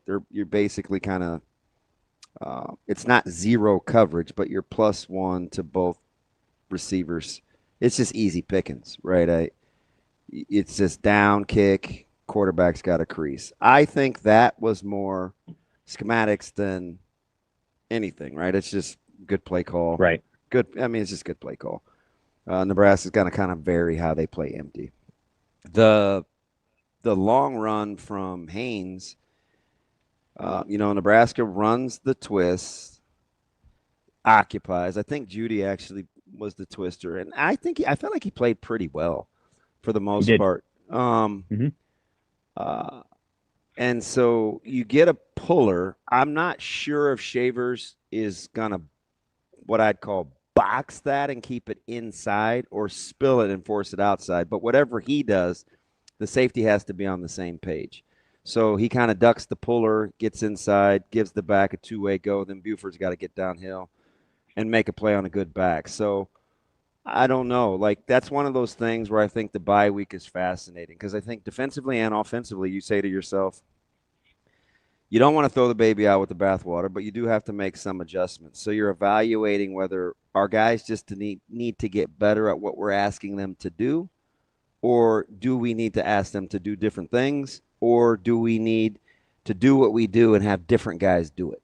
That's really, that's not rocket science in terms of how you're going to use the bye week, but I think that's what's going to go on, in my opinion. Because I don't think you can panic yet, especially if you look at – guys don't want to hear this, Sam, but, I mean, I can completely see what they want to do schematically defensively. I do. And it's not as awful as we make it out to be. It's just it's not yielding the results. So how much conviction do you want to have with it, I think, will ultimately be the question. And I guess how much conviction do you have in the guys you're asking to do it? Well, that's always an option. That's part of it, right? Right. I thought, MRI and I've talked about, Michael Rose-Ivy and I have talked about this quite a bit, and I think he's got a really good Twitter thread on the defensive scheme. Like, you can, I think players and coaches, and I'm not trying to isolate, what I'm saying is coaching and fandom are going to vary greatly on problems and solutions, and you want it to, right? You want fans to be passionate about outcomes and stuff like that. You want coaches to not panic and show some resolve. So I think that's what you're seeing when you look at the breakdowns of what happened versus the outcomes. The key is how you handle it going forward. You don't necessarily want the coaches panicking because you have a message that you're delivering, and you're trying to get guys better in the meantime. So it's just, it's the essence of coaching, right? Absolutely, and I think they've got a lot of coaches on that side of the ball that will figure it out. Run defense has been a problem for Nebraska almost the majority of their time in the Big Ten, with the exception of 2015, 2023, and 2024. And there were issues last year at times, although not very many. Most of the time that Nebraska's been in the Big Ten, including when Bo was there, run defense was an issue. And I believe I better understood what Bo Pelini was trying to accomplish really on every defensive play than I do with this group, because we're kind of seeing all that stuff for the first time. Oh, you're talking about like the 2-gap bracket stuff? Yeah, and like you just, we understood it better because we had seen it for a while, and like we knew why some of the run issues would happen, and we're still learning John Butler's defense. I think part of what I would say is that the offense has to be aligned too. I think it's going to be hard to win big in the Big Ten throwing the ball 40 times a game. It's possible, certainly possible, and Ohio State has lit the way there a couple of different times, but it's hard. I think you have to find a way to run the ball. They don't have a second back really. They have the one guy, and if he gets banged up, he had 82% of the carries across the Michigan and Cincinnati games, and that's a lot. If Emmett Johnson gets banged up, and he, let's say midway through this 6-game stretch that they're going to have after the bye week, well, what are you going to do? Are you going to put Nelson in there? Is he your number 2? Ives didn't play this week, I don't think. Maybe he did. Maybe he got in there, but he didn't have a carry. Mosie's kind of a receiver. As you know, they passed on getting Marty Brown over the summer. They felt good about what they had in the room. I don't know, I don't know if Emmett's the best red zone running back. So, there's just questions on the offensive side of the ball that I think Dillon can paper over because he's good.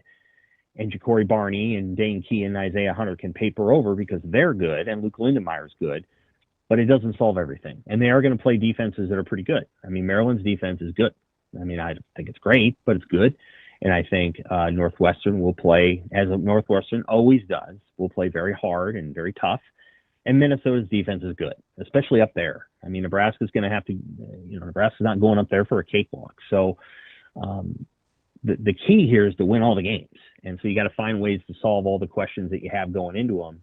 And that's where they stand, because this is still a team that could go 10-2 or 9-3. It's also a team that could go 7-5 and 6-6 if they're not careful. They have to play each week and take each week as it comes and figure out the best way to address their weaknesses and accentuate their strengths. And I think the Michigan game hopefully gives them a template in which to do that. Sam, I want to talk to you real quick before we let you out of here. A lot of the narratives, as I think a lot of people maybe expected this week after or whenever Nebraska's first loss was going to come over the course of the season, right? Heard a lot of people talking about, hey, this is why other coaches don't do podcasts, and this is why other coaches don't do so many media appearances, and this is why this, and this is why that. And I guess we haven't asked your thoughts on it, I don't think. So I'm curious to start there, and I'm curious whether you think Coach Rhule's media availability is a contributing factor to what happened on Saturday.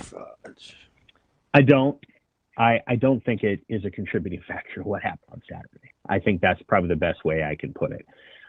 Matt Rhule is doing those things not just for his own whatever. I think he feels like Nebraska has to continue to promote its brand and for the purpose of recruiting. Yeah. So this is about players. Now I think some of it's about players, and I don't think he's going to make a big, to do about that. But they need to continue to get good players. You see what happens when you go a year or two without getting the guys that you need, either in the portal or among the rookies, the freshmen. You see what happens. Teams are going to fall off very quickly. That's going to happen. You're not going to be just good year after year after year. You have to keep following up. Look at what happened to Kansas State. Look at what happened to Oklahoma State. Oklahoma State is the largest cautionary tale there is. I mean, Oklahoma State 4 years ago was playing for the Big 12 title and was a yard and a half away from winning it, and had a real nice run there from 2011 to 2021. Everybody remembers how good Oklahoma State was in that period of time, and now it's almost over. I mean, Mike Gundy's probably done, and that's because they didn't get the players. You know, when some of the good guys left for the NFL, he didn't replenish them, or he was behind it. So I think I understand why Rhule is doing what he's doing. Anytime you do that stuff, you open yourself up for criticism. I think he's aware of that, and I think he'll handle that fine. But no, what I would say, here's what I will say. I think at times prior to maybe today, too many of the media's questions have been focused on that. Like, I understand what they're doing, and I appreciate, like, there's a lot of questions about these things, and it feels sort of, you know, like, yeah, it is Matt Rhule's job to promote Nebraska's brand and to help with recruiting. I think we have spent a little bit too much time on those accoutrements. Yeah, and that's not our job. Like, as the media, that's not what we're there, you know, like, and I felt like there was a little bit more conversation about Michigan last week, but the question I referenced at the beginning of my column on today was a pregame for Cincinnati, and there were virtually no questions about football. It was all about this ancillary stuff and going to Arrowhead and the podcast and all these other things. And I'm like, guys, I get it, but like, these games are real. Nebraska's going to have to play good teams. They're not perfect. It's a 2-year conversation. I've talked to people about that too. This team's going to be way better next year, in my opinion, than they are this year. But they got to make a leap this year, and all these things are important. And so I feel like there's been a little bit too much focus on that. But quite frankly, Matt Rhule does not go into the press conference planning on like opining on his podcast. I don't think he actually wants to do that. I think he loves talking about football, and he's always been very fair to us when we ask hard questions. I just think that's probably, you're going to hear a few more of those today. Again, I've asked many stupid questions before. I lead the pack. I am number one in bad questions over the last 15 years. If you're doing this year after year, you're going to ask bad questions. And so that happens all the time. But at the bottom line, or at the end of the day, you know, this is a team that's, now we're in the thick of it, and it's going to be really interesting to watch, because everybody was kind of like, well, Nebraska's going to win this game. And there were even some uplift questions on Saturday and Rhule, to his credit, you know, I was like, yeah, I don't really like where we are right now. Like, you know, he got it. Or when, you know, Dylan was asked about how good it was going to be to have a bye week, and players hate going on a bye week with a loss. Yeah, absolutely. They hate it because now there's nothing they can do on Saturday. They have to wait. And he's got to watch all the games Saturday, and I'm sure he will. And he'll watch Oregon and Dante Moore, and he'll watch, you know, USC, and he'll be like, I want to be out there right now. You know, Dylan's a competitor, and I appreciated his vibe on Saturday. I think you're going to see that click into place now, where it's like, okay, this isn't just pat Nebraska on the back because they're winning 6 and 7 games. This is a program that wants to take a big jump in a real hurry. And I think that our questions need to be commensurate to that versus, you know, isn't it neat that he's got a podcast? I don't think the podcast has anything to do with their success. I think he's doing it for a very specific reason, and I don't think you're going to find somebody who's more focused on winning than that coach has been at Nebraska. So there's my answer. It doesn't have any effect other than they're promoting the brand in order to get the recruiting message out, which they feel like they need to do because they feel like they need more good players like Ja'Cory Barney. If Ja'Cory Barney's not here, folks, if they didn't get Ja'Cory Barney 18 months ago in the summer, Nebraska probably loses by 14-17 on Saturday. That's how important Ja'Cory Barney was. Mm-hmm. That's Sam McKewon, Omaha World Herald. Sam, appreciate the time as always. We'll talk to you next week. Take care. Thanks, Sam. That is Sam McKewon from the Omaha World Herald. I have a real quick question about the podcast thing. Okay. If we believe Matt Rhule at his word, that he's doing this for the brand of Nebraska to help recruiting, all that, right? We take him at his word. He tells us the truth most of the time, right? If he was spending that time, I think it was like 4 hours. Somebody added it up for me. It was very helpful. I appreciated that. It was about 4 hours of podcast time this week, or media time. If he had spent 2 hours recruiting and 2 hours with boosters trying to raise money, we're cool, right? I mean, in theory, yeah, probably. So is that not what he said this is about? It's all on how you look at it, I guess. Do we not understand what the job of a head football coach is in 2025?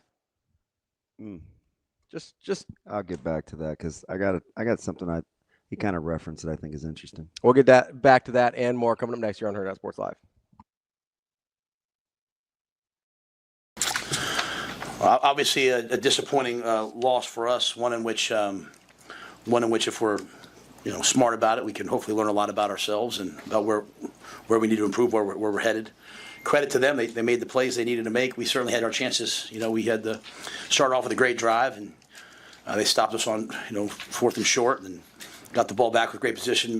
Missed the field goal, and then battled back. Made it, as you guys know, made it even at halftime, and field was tilted against us in the second half. They made a long 56-yard field goal, which ended up being the difference in the game, and battle back. That last third, the third down was not the last one, but the second to last one. We had several chances to get off the field, 3rd and 16, I think 3rd and 14, whatever it was, 3rd and 15.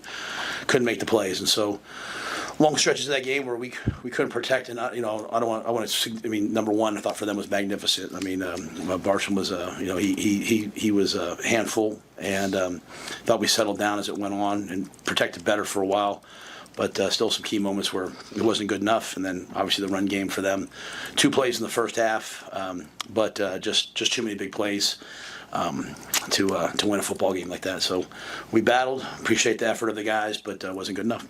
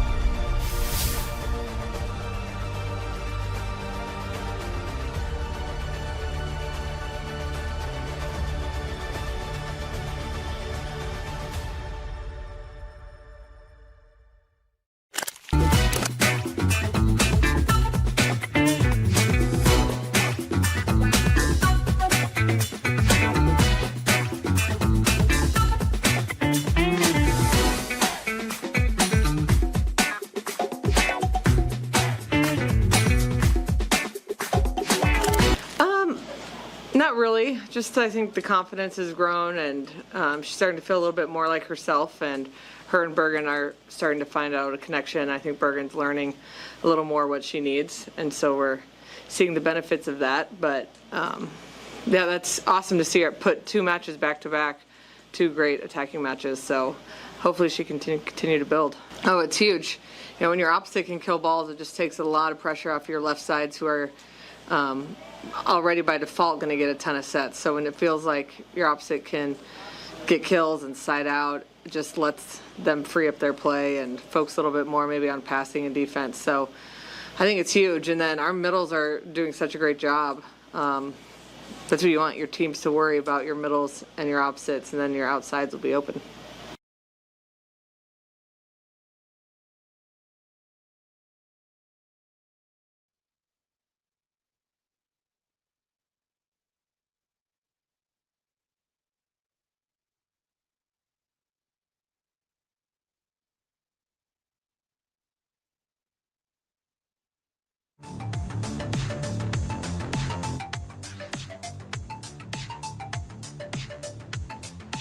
You're listening to Hurrdat Sports Live. No, you know, we're in quarters. You know, they go to quarterback draw. You have line movement, take away the empty draw. Someone has to get off and make a tackle. It's a tough play. You know, it's a tough play against that. But you know, if you're getting 5 wides and you run quarterback draw, it's going to be a tip play. You need a D lineman to make a play. We're going to have to, as a team, get past and I think they have. I mean, I'm not saying anything about our team, but we're going to have to get past the perfect call world. It's like you have a call, someone's going to be stressed on someone, they're going to have to make a play, and then the long run. We ran some line movement, they blocked it. The ball gets to the safety. It's quarters. You have a fit safety. We just didn't make the tackle. So. That's those defenses. You have to make that play on those defenses, and just 22 played well. Welcome back, Hurrdat Sports Live. That's DB. I'm Ravi Lulla, reminding you, if you have a desire to make an impact in young people's lives, Big Brother, Big Sister has the opportunities for you. They're looking for 60 men in 60 days to become mentors, to help relieve the 70% of their youth that are on their wait list, that are boys just waiting for a male mentor to make a connection with. Go to bbbsmidlands.org to find out more and to sign up to be a mentor today. It's interesting. Well, let me get to what he said. I missed that when he said it the first time, getting past making the perfect call. Yeah. I think that's pretty crucial because that's what we keep saying when we watch these play breakdowns. We're like, but yeah, I understand what you're saying, but why so much pressure on? And I'm like, sometimes you gotta go make a play. That's just how it goes. Right? We want to do something against Central. Right? And we're Zooming yesterday. And then the question is, hey, what about the will? What about the will and this fit versus this look? And, you have to walk through it. And it's like, okay, every play, schemes are schemes, right? They're to take away, they're to get a desired outcome. So operating within that scheme, everybody's going to have some stressors. They just are, right? You try to limit those. Can't take away everything, though. The more you can limit those, obviously, the faster and freer you think people can be. But I do think it's interesting that he said we have to get past making the perfect call. I did get the explanation of the quarters right out of that run fit because that lets me know that play should hit outside of Shavers and getting down into the safety spot. So that's why you box that. That's a box safety. So inside, because when Shavers comes back inside, I think Buford thinks that thing is going to be inside the block. So like to have seen him maybe have that on the outside and keep it inside for your box safety. If in fact he's accurate real time that it was a box safety. I have no reason to believe he's not. But that play should be inside the hashes, not outside the hashes. Gotcha. If that makes sense. Yeah. So, I mean, that's the duality of it. Yeah. To the point of the podcast, we heard him say, I think he said it to, I don't know if he said it to us or to me or to in a media deal, but, he said, that's just where we're at right now with getting players and branding. Like the rest of the country is doing it. And I think I said, yeah, I might have had an and or a but. And he said, listen, if anybody wants to control the message, why can't it be us? Why can't we control our own branding message as opposed to being at the mercy of the narrative of what guys say nationally? I don't know what I'm supposed to say to that except for I completely understand. Yeah. He wants to. There's going to be a message about you regardless, right? Yeah. There's going to be a message about you. So you want to do everything you can. This is the same way he coaches football, right? You want to do everything you can to control the things. I just don't have any problems with that. And also, can we not act like for the last 50 years, coaches have done weekly coaches shows on TV? Why do we care? It's a podcast. Because you have to win.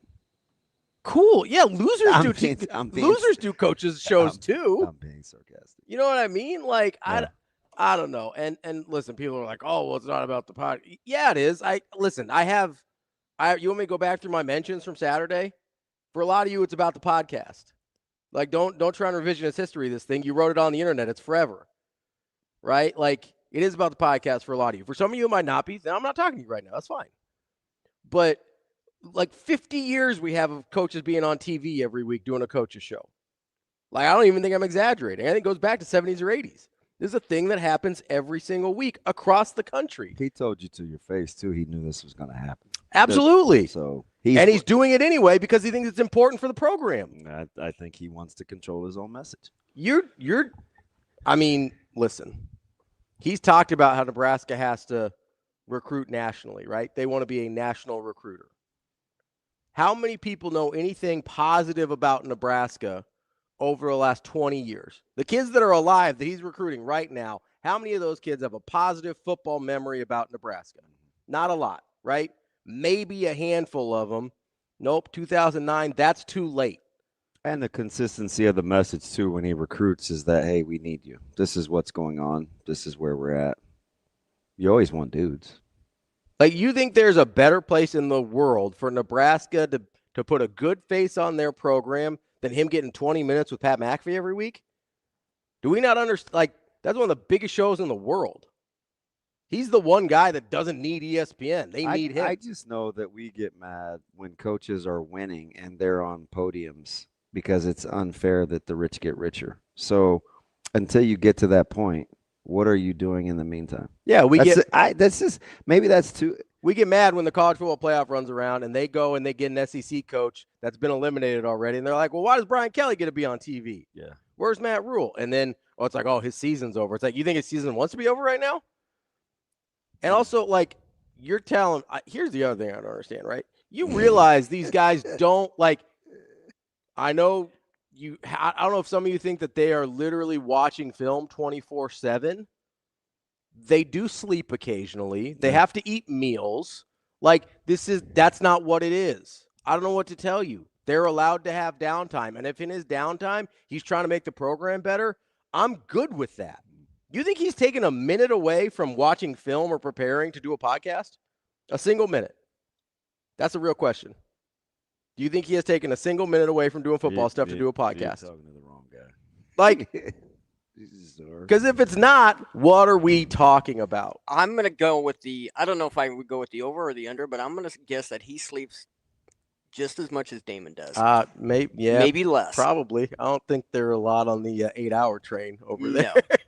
I don't think they're. Who sleeps 8 hours under the age of 18? I don't think. Well, I think you go over the age of like 60, you start getting more. Well, yeah, that's fine. But I guess studies show isn't there like a new study that 6 is the new 8? Do people really get 8 hours? I don't know. I think 7 is the number you're shooting for. But if I get 6, I'm pretty happy. Like a 5, I'm outstanding. If you get 5 a week, I'm stunned. You guys want to get to a little bit of saturation? You guys want to get to a couple calls? Not some weeks. It's not. Yeah. Let's get to Mike to start off here. He wants to talk about the first drive. Apparently, Mike, what do we got going on, bud? Well, good morning. Hi, Mike. How are you? Good. The question is, how are you? I'm doing great. Good. How's your family doing? Really, really good. You know, I've asked about you out loud a couple of times on the show, hoping somehow you would get the message, man. It is you just changed my morning, man. It is fantastic to hear you're doing well. You guys are just special. You fighting a good fight? Yeah. I'm doing okay. My markers were elevated a little bit. Yeah, everything's doing okay. So oh man, I'm so happy to hear from you. The oldest granddaughter just started her freshman year at Creighton. So wow. We'll be coming to Omaha more often, and we're having a Mustang reunion in October 11th. All the old Mustang boys. So. Nice. The family's pretty good. Caleb knocked himself out in good on good last week, so he's slowly coming back from a concussion. But he got off to a really good start, so we're just hoping he can hit the ground running. But everybody else is pretty good. Yeah, always in thoughts and prayers, you guys. I appreciate you. What's up? I know this doesn't fit into what your recent conversation here, but what struck me is we've always, for 20 years, we keep talking about the running game, and it still doesn't seem like we really have a big boy commitment, because that first drive, I actually lost it. I got so angry watching the game when we had 33 yards rushing on the first drive. We get down, we have 2nd and goal on the 3 or 4 yard line, and we got 3 plays to run it in. And what does he call? A fade. Yeah. Into the end zone with a compressed area to throw the ball, and then we couldn't score. We ended up getting stopped on 4th down. To me, it just tells the story. What is that? What kind of message does that send to me, to the players and the team that we're playing, if we're not willing to line up and see if we can just outman you? And I just think that's a lousy play on the goal line. That's my opinion. But just wanted to get you guys' thoughts and see what you think. You got it, Mike. It's always good to hear from you, and we'll tackle this one because we have yet to really get to taking points on the first drive. Yeah, I mean, I hate fade calls. I just do. I've never liked them. It's PTSD from the San Francisco 49ers in the Super Bowl in like 2012. Like, it's just, I don't like it. But I didn't have a problem with the rest of the way that played out. One, I don't mind going in on 4th down there. I think the calculus of risk reward makes sense to say, okay, we either punch it in for 7 here, we want to be aggressive, or they get the ball inside their own 5, and we like our chances to get the ball back with really good field position, which, by the way, they did. And then they missed a field goal, right? So, but they got the opportunity they wanted, right? It's kind of like we're talking about with defense. You got the guy in the spot he needs to make a play. You got your kicker in the spot you want to. You got to make a field goal. It is what it is, right? I don't have a problem with the aggressiveness. In general, I understand that people are going to throw fades near the goal line. The other 3 play calls I didn't have an issue with. I thought the 4th down play call was actually really good. I thought he made the wrong decision of giving it to Lindemeyer as opposed to getting it out to Emmett, which – They said they had 3 options on that, so I'm going to believe them. I'm going to assume Emmett was one of them. I didn't think it was there for Lindemeyer. Emmett, there was nobody in front of that dude out there. Yeah. So I think it was a good play call. I think that was one of the few times Dylan didn't make a very good decision on it. But I don't have an issue at all going for it there. Did Mike hang out? I wonder what. So to his point about what's it tell the team, I wonder if the mantra or the thing, whatever the theme is, we're going to go out guns a-blazing. Yeah. So if it's that, then I don't think the players pay it much mind. I think they want to go for it. I think they want. Me too. Yeah. Me too. So, I mean, I get the points though. That was a lot of it, of the discussion, especially early. But I'm just not a huge. It's hard for me to like pinpoint it because I'm not a big butterfly effect guy. Mm-hmm. We do that a lot. Yeah. We kept doing it during the course of the game. I was like, guys, man. Well, it's hard, right? Because if you kick real, the field goal there, it's like, then you don't get the second field goal attempt, so you're probably not in a position to go up 10-0. Like, you know what I mean? Like, there's like none of it plays out the same. That's just how life and football works. And but then we fast forward to Michigan, we got a break because of the drop pass or the reverse. Like, you may not even be in that position. Mm-hmm. Like, yeah, I don't. It's just like it's just the easy ones that we can see are the ones that we lament about. But I like the aggressiveness. I do. I personally like it. Dylan said, "Hey, we know in that situation we're going for it." Yeah. Which I like that mentality. You want to be aggressive. You want to punch it in. Like I'm good with that. They are trying to put an emphasis on scoring from inside the 5-yard line. You want to give them opportunity to score from inside the 5-yard line. Like I don't have a problem with that. We look at things like unsportsmanlike for taunting as these like mental gaffes, right? Mm-hmm. Players don't look at that. It's a self-control thing. Yeah, it's discipline. They don't look at that any differently than it elicits the same like release of endorphins as a personal foul, not fitting in the run game, a missed tackle, face mask, pick one. It all releases the same response in players. Those that can control it do, but we pick those things because they're really, really easy to see that we call a brain fart. That's no more of a brain fart than, I'm telling you, using the wrong shoulder. Like, you know better. Yeah. You know better. You teach it better. You know it better. You rep it better. And in crunch time, and then you didn't do it. You didn't do it. Yeah. Like, that's how. So in the gift-giving game, players and coaches look at it much differently. Yeah, and I also, I mean, I don't really know what to do with the whole like, oh, they gave them this, right? They gave them this gift, or that, like. I'm consistent I'm the wrong guy. It's a hot button for me because we always do this. It makes me sick. Like, he dropped this or he didn't catch that. That's if everything happened to perfect execution, you wouldn't play the game. So stuff like that happens. Yeah. Like, I don't. Somebody hit me on. Listen. Yeah. I'm chilling. Somebody hit me on Saturday about like, well, I mean, Underwood's receivers dropped a bunch of balls because he's throwing bad balls, man. What do you want me to do? Like, he's throwing bad balls. Like, that's part of the reason they're dropping it. They were like, you get a holding penalty on offensive lineman, like, oh, he gave him a gift. It's like, why do you think he had to hold him? Do you think most offensive linemen hold guys because they think it's fun? No, they hold them because they get beat. I'm not going to do it. So we don't have to get you gassed up today like that. But I do think to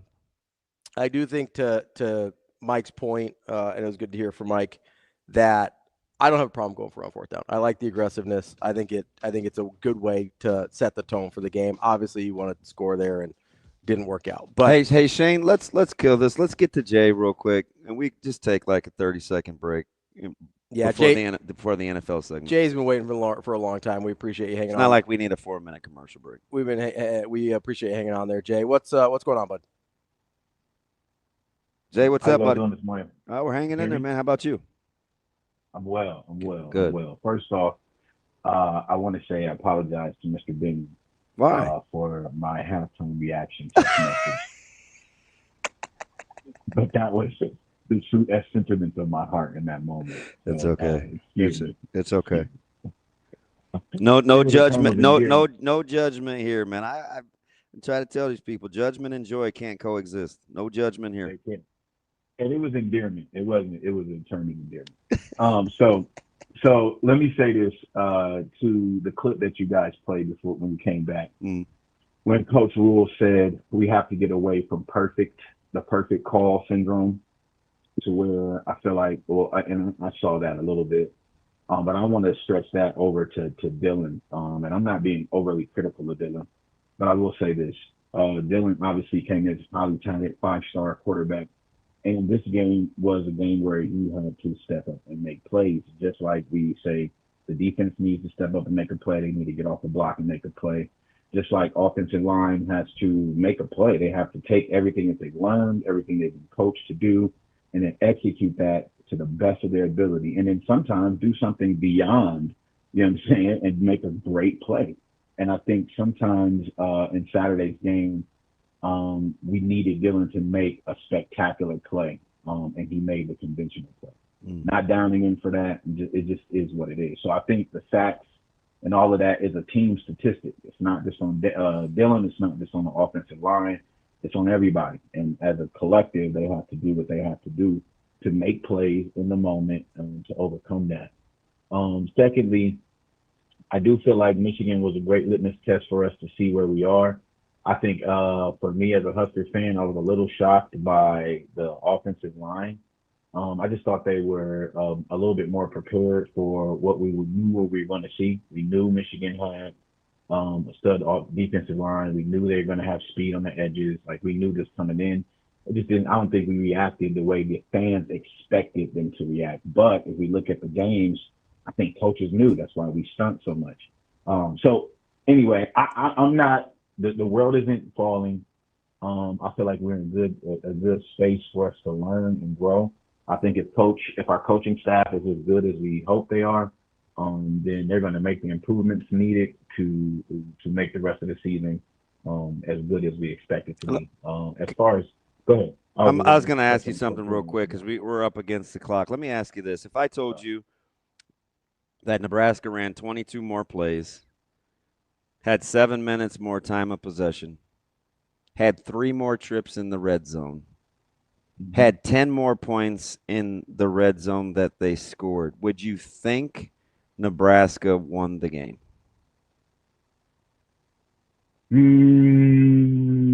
No. Yes and no. Does it fit the narrative that you're hearing about the referendum on this game?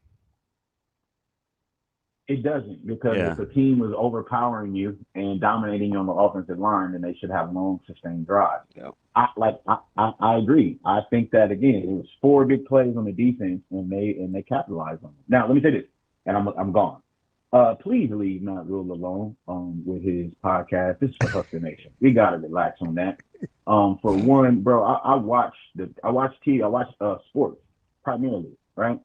And I hear the Big Ten Network take shots at us. They don't respect us. I listen to all of the national pundits when it comes to college football. They put us in the category of delusional. They think our fan base is delusional, and they feel like we are a mediocre team. So for Matt Rhule to have access to be on the national platform speaking positively about our school, our football team, is a benefit. You guys mentioned it. Coach Osborne had a 30-minute show that came on Channel 7 at 10:30 at night, and people tuned in to watch it. Times have changed. Instead of people watching TV at 10:30 at night for a 30-minute coaching show, in 2025, our head coach does a podcast. We get to hear his heart. We get to hear how he feels about the team, and it is for national consumption, as well as he has a slot on Pat McAfee, which, as you mentioned, is one of the most popular sports shows in the nation. He has a reoccurring role on that show to talk positively about Husker football when no one else is. So Husker Nation, relax.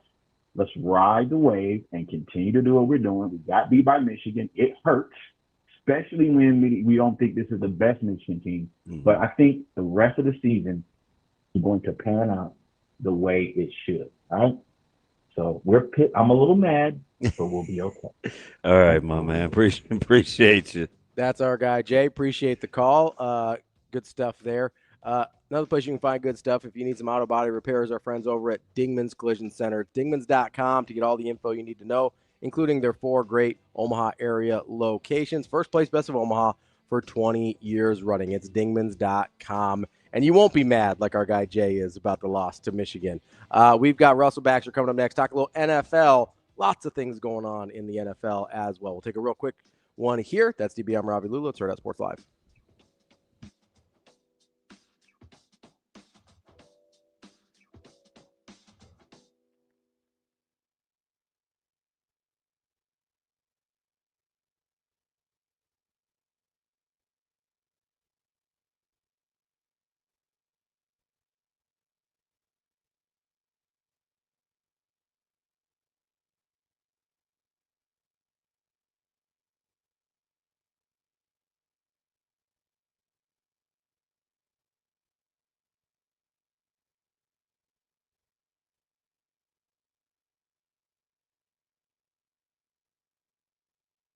We asked fans to say something nice about each other.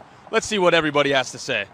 I would say the one thing I like about Michigan is Taylor Lewan. This place has been great. Everybody's really nice to us. Nebraska has the nicest people. Go Big Red. Well, I'm glad they beat Alabama a couple of years ago. Just a volleyball school, and that's all there is to it. Say something nice about Michigan? No, there's nothing really nice about Michigan. Never been there, so never plan on going, never will. If I had to say it, though, I would say Michigan. What is good about Michigan? The reason that we came is because all of the Michigan fans who have ever been to Lincoln say this is the best place for away fans, and that's actually why we came. Everybody's really nice. They say, have a good game even though we're the opponent. So the Huskers have a great reputation in Ann Arbor, which is where we're from. Today's Fan on the Street was brought to you by Warhorse Sportsbook and Casino.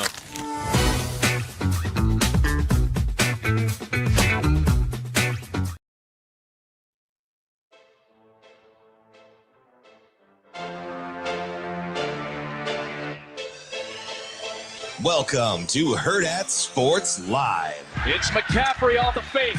Jones floats it. Hughes check. Touchdown. First of the day. And the Niners lead. Rodgers dials it up. End zone. Touchdown. Calvin Austin. Steelers take the lead.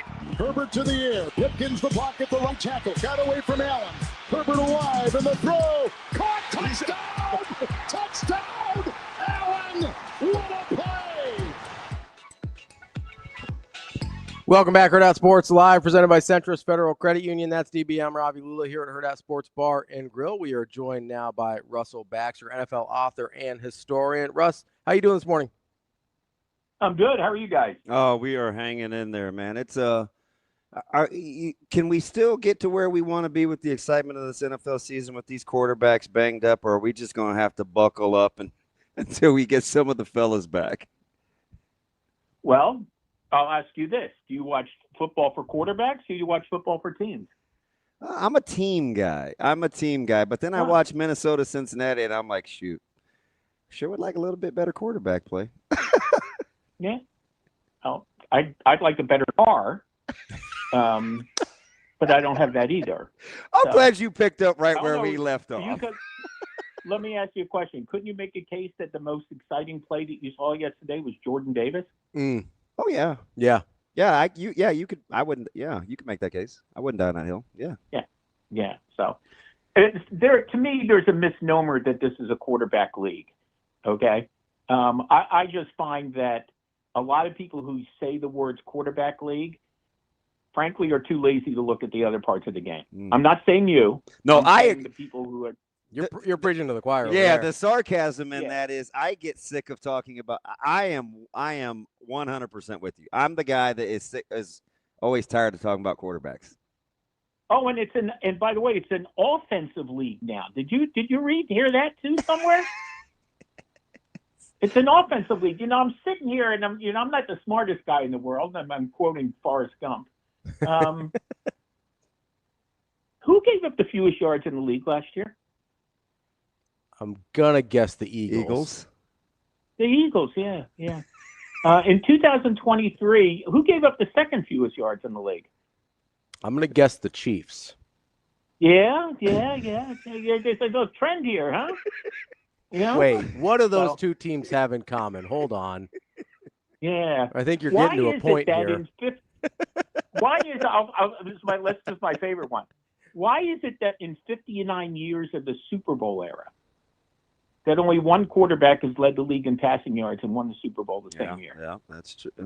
1 in 59, not 1 in 5, 1 in 59.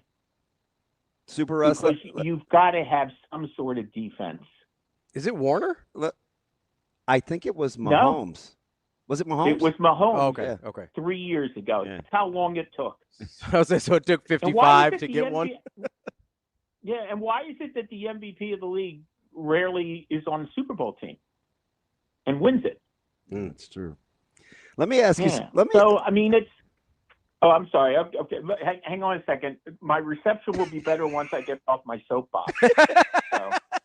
Big Irish Spring guy, Russ. I'm big Irish Spring. Yeah. Hey, let me go to something interesting. I'm going to go to Chicago with Caleb Williams and Ben Johnson, and we saw yesterday where Chicago ran the ball 11 straight times. I don't unless you're the Ravens, I don't see that a ton. What do you think? Is that the way that you think he wants to play? Is that more about the Cowboys? Is it a little of both? I was pretty impressed with the design yesterday from Chicago. This is right off the top of my head. A couple of years ago on I think it was a Sunday night game, Lions and Rams in overtime. Okay. Ben Johnson, I believe, was the offensive coordinator. Mm-hmm. Lions got the ball in overtime, and I don't think they ever threw the ball. He went right down the field. I'm going to look it up while I'm talking to you guys. I believe they ran their way into an overtime win. Russ, I've seen stuff. Bill Belichick and the Patriots used to do stuff like that. Throw the ball, blah blah blah, times consecutive times. Run it, blah blah blah, times. If you can't stop, my friend Tom Jackson, my old ESPN colleague, would always talk about the effect of the running game. And in the fourth quarter of a game, when teams were running the ball and the other team knew they were going to run the ball and they still couldn't stop it, that was as demoralizing a thing you could do to a defense. Russ, as we talk a little bit about it not necessarily being as quarterback-centric as people would like you to believe, and then we're talking about running game here. I've been advocating for, I don't know, what's it been, about a year and a half now, that like, let's stop paying mediocre quarterbacks and let's start investing like in our Derrick Henry and Saquon Barkley's of the world. I know those guys are outliers in terms of their talent level, but do you feel like we're getting a little bit more of a running back resurgence here? It seems like there's been an emphasis in that the teams that are able to commit or have a running back that they really like are the ones we're seeing be successful in some of these games that can get a little squirrely. Well, I think the quarterback's always going to be the highest paid guy. And one thing you can do with the quarterback, you get that contract and think about it. How many times do these quarterbacks, even on good teams, get asked to restructure their deals because they have to open up salary cap room for people? This is such a cyclical league. Yeah. You know? And the thing that was, if you go back and look at the guys who led the league in rushing last year, I want to say the top 4, top 5 were with teams that didn't draft them. Barkley, Henry, Pollard, Joe Mixon. They all went to different teams. Josh Jacobs. You remember a couple of years ago, Saquon Barkley, Tony Pollard, and Josh Jacobs all got franchised. They never got long-term deals. Last year, they all went. I mean, Tony Pollard had a very good year for the Titans on a very bad team. But Josh Jacobs was sensational. Josh Jacobs led the league in rushing in 2002, and they wouldn't pick up his 5th-year option. What does that tell you? Oh, my. It's almost like we're kindred spirits. Like, I said, we're probably the only show in Nebraska that is upset about the Josh Jacobs thing. Russell, I went on this rant about the dysfunctionality of that franchise, about how a year early you don't pick up that guy's option, and all he does is run the football for you. Well, if you remember that year, let's see. That was they drafted 3 players in the first round that year. Jonathan Abrams and Cleveland Farrell. They didn't pick up the option on either one of those guys. Yep, all 3. All 3 they didn't pick up the option on. Random meltdown show about that. Because, I know why, Russell. Our producer is a huge Raiders fan. So I just kind of went off on this tangent about them as an organization. Yeah, I remember now. All right. I went back and looked at that overtime game. Run for 12, run for 21, run for 9.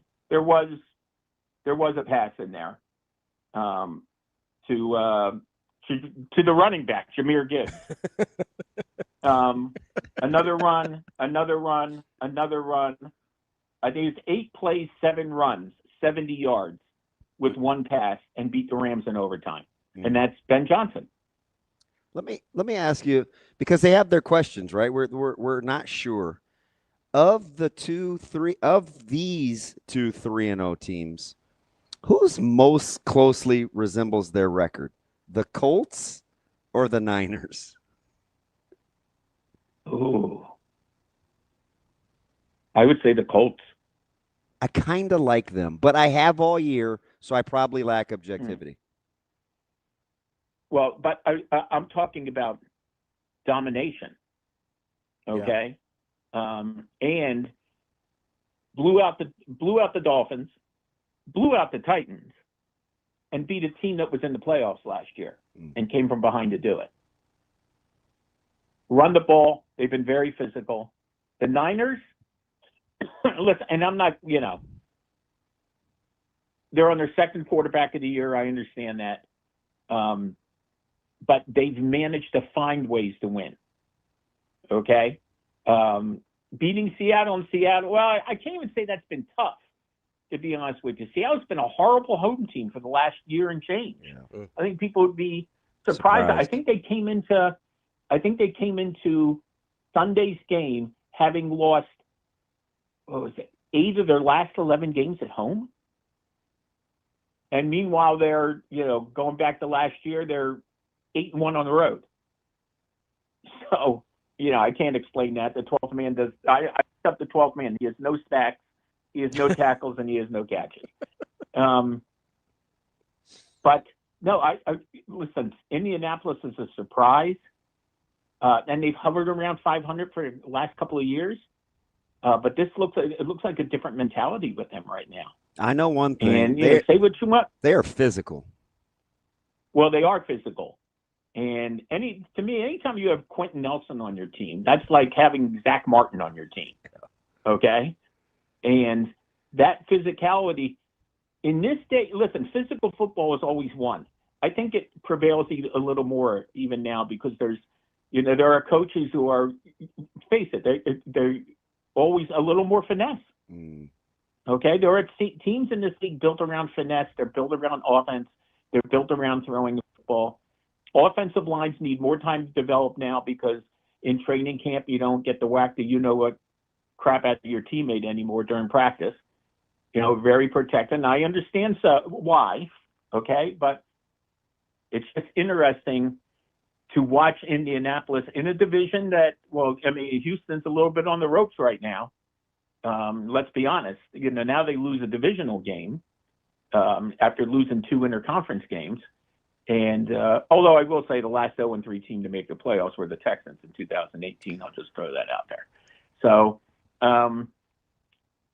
San Francisco, I'd say a little sewing thread and some Scotch tape. But a win is a win. And in that division, by the way, 3 weeks into the season, everyone in the NFC West is above 500. Yeah. Russell, I want to stay with San Francisco there for a second because they brought back Robert Saleh as their defensive coordinator after obviously his stint with the Jets. It seemed like after he left and then DeMeco Ryans left, the 49ers defense had eroded pretty seriously the last couple of years. How much of a difference do you think he's made in kind of scotch taping this thing together as they try and get healthy? Well, you have a head coach, and in essence, head coach / offensive coordinator who's familiar with this defensive coordinator and the style that they like to play. And you mentioned it, Saleh, and then of course DeMeco Ryans and so on. And it's not been the same. Those guys went on to become head coaches. And, Robert Saleh, obviously a rough go of it. DeMeco Ryans, so far so good, but off to a rough start this year. But they're quality coaches. And not everybody's cut out to be a head coach. It's a different gig. I've heard people or read people saying that, a lot of coordinators don't make head coaches. I disagree with that. I think it just depends on what your role as the coordinator was. If you were an offensive coordinator in a certain system where you didn't call the plays, then, the team hiring you should do a little homework on that in that aspect. So, and, we have seen that. We have seen guys get head coaching jobs based on their title and not necessarily what they did. So, I go back, you go back to the days of like Mike Holmgren when he was the offensive coordinator for the 49ers for a couple of years. And then, he moves on and becomes a head coach. He was actively involved. It's a great Mike Holmgren story. If I recall, in 1988, the Niners won the Super Bowl by the skin of their teeth. Remember, at one time they were 6-5 that year. They were having back and forth with Montana and Young. Just a little disarray, to be honest with you, and then got hot in the playoffs. But Joe Montana didn't have a great year. And the story goes that Mike Holmgren went back and looked at every offensive play with Joe Montana and charted it and took out the plays that he felt Montana struggled with. He took them out of the playbook. And the following year, which I think has since been broken, Joe Montana had the greatest season in terms of power passer rating in NFL history up to that point. And I always make the case that of all the 59 Super Bowl teams, the 1989 Niners were the best of the 59. You're not going to get a ton of pushback from my partner here, who is a Niners honk. I think the only discussion for the GOAT is the 94 team, too, so he's not biased at all. Well, here's what I know. 126-20. How about 126-26? That's pretty decisive. Yeah. Pretty decisive. And correct me if I'm wrong, didn't it? For years, the 94 Niners owned the Super Bowl record for the worst regular season loss by an eventual Super Bowl champion. I believe that's correct, yeah. The Eagles the Eagles squeaked by them one day, 40-8. Listen, happens to a lot of teams. Again, I couched this, so I'm not that bright. My hot take, I don't know how hot it was. I took the Chargers to win the AFC West, and I said, you know what's weird about this is I've been on the Chargers bandwagon before. I thought they were going to be pretty good, and I said I'm probably going to be kicking myself because a pissed off Mahomes this season is probably going to drive me crazy as they will themselves to victory after victory. But it's early, and the Chargers may have the two best wins this season, depending on how you feel about the Broncos, and they've already beaten the Chiefs. Do you believe in the Chargers? I do believe in the Chargers, and they're 3-0 and 3-0 in the division. Golden opportunity, and beating the Chiefs for the first time in 8 games. They had lost 7 in a row to Kansas City. That does a lot for confidence and momentum, and go on the road and handle the Raiders. Again, a road divisional game, but they've got themselves off to a nice start. Now they've got to continue to develop, and Justin Herbert looks like a different quarterback. I know he had a pick yesterday, but they led, they fell behind, and found a way to scratch one out. And it's what's really weird is right now they're the only team in the division with a winning record. Yeah. Now it's 3 weeks in. I understand all that. So obviously a lot can change. Ask the Steelers, who were 10-3, and all of a sudden Baltimore won the division. I mean, we see stuff like that a lot. Okay, hot starts, cold finishes, cold starts, hot finishes. People throwing out the 0-2 stat all weekend and going back to 1990, which is great because I had a nice year in 1990. But did anybody notice that? Anybody notice that 3 teams last year were 0-2 and made the playoffs? 3. I did not. The Ravens, the Rams, and the Broncos were all 0-2. And the Ravens and the Rams won division titles, and the Ravens and the Rams won playoff games. Now they've got a fascinating one at home against the Lions. Again, I'm a Steelers fan. I never cheer for injuries, but 2 of the counterparts in that division have quarterback issues in Cleveland and Cincinnati. The Ravens arguably have the best roster in football. How important is this one, do you think, to reestablish who they think they are going forward for the Ravens? Well, defensively, they didn't play that well, obviously. And their pass defense was next to last year. And I think Josh Allen wound up throwing for 395 yards. Okay. And last week, they didn't play that well offensively. Now you look and you go, 41 points. You know how many yards the Ravens had last week against Cleveland? 242. Yeah. And that's why I'll pat myself on the little back is that I picked the Browns to upset the Packers yesterday. We're connected. And then it's crazy. But go back and see. There's a team that they have a guy who's as hot and cold as anyone, Joe Flacco. In their first 2 games this year, I know that Browns lost. They gave up a total of 383 yards and lost both games. 383. I mean, it's usually a good 3 quarters for the Cowboys right now. But go ahead, Russ. It just shows you that this league is screwy. I mean, this league is screwy. The Rams are up big. Couple chances. What a debacle. Well, goodness.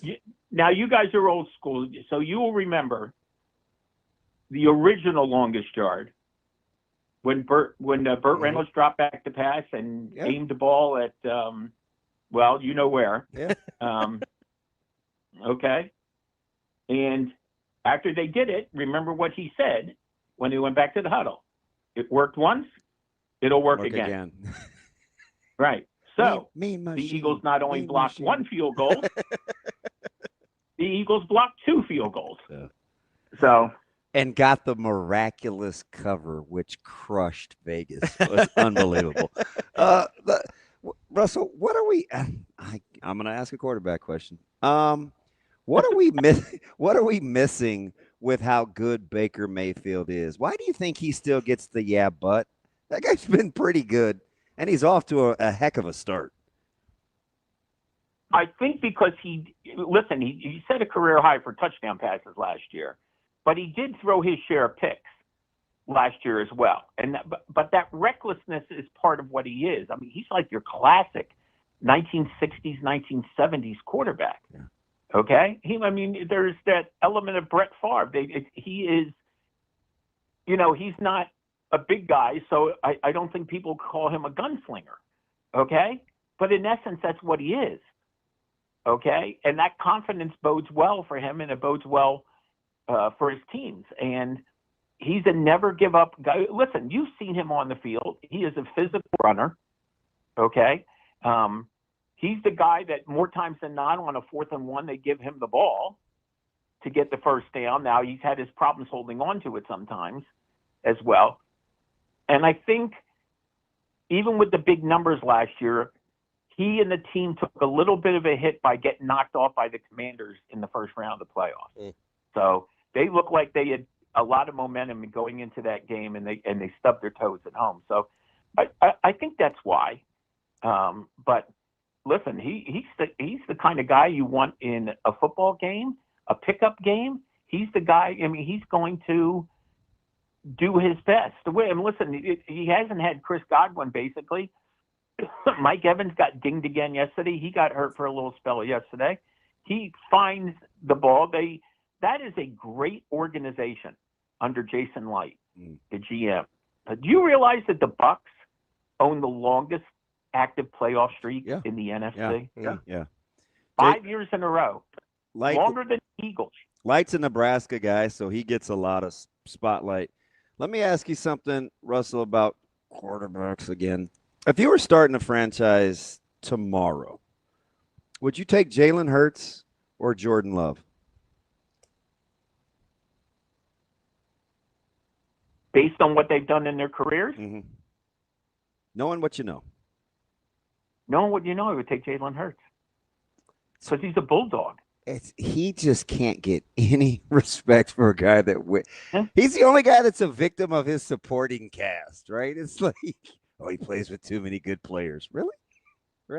Okay, so we're gonna hold that against the guy. Yeah, it's just fascinating. The narratives put up by some of our fellow media members are simply hysterical because their narratives change on whether they like somebody personal or not. And that's really it. Okay. And I'm sure some of them have to do with the fact that sometimes they don't cover or get enough points for them in their, some of the perspective is juvenile, to be honest with you. And in my mind, unprofessional. How can you look at what he does and look at them as a team? And a franchise that's been to the Super Bowl 3 times since 2017 with 2 different coaches and 2 different quarterbacks. He has played well in the postseason. He's done everything they want him to do. Here's what I don't understand. Why would you build a 53-man roster around one person? Wow. I've never understood that.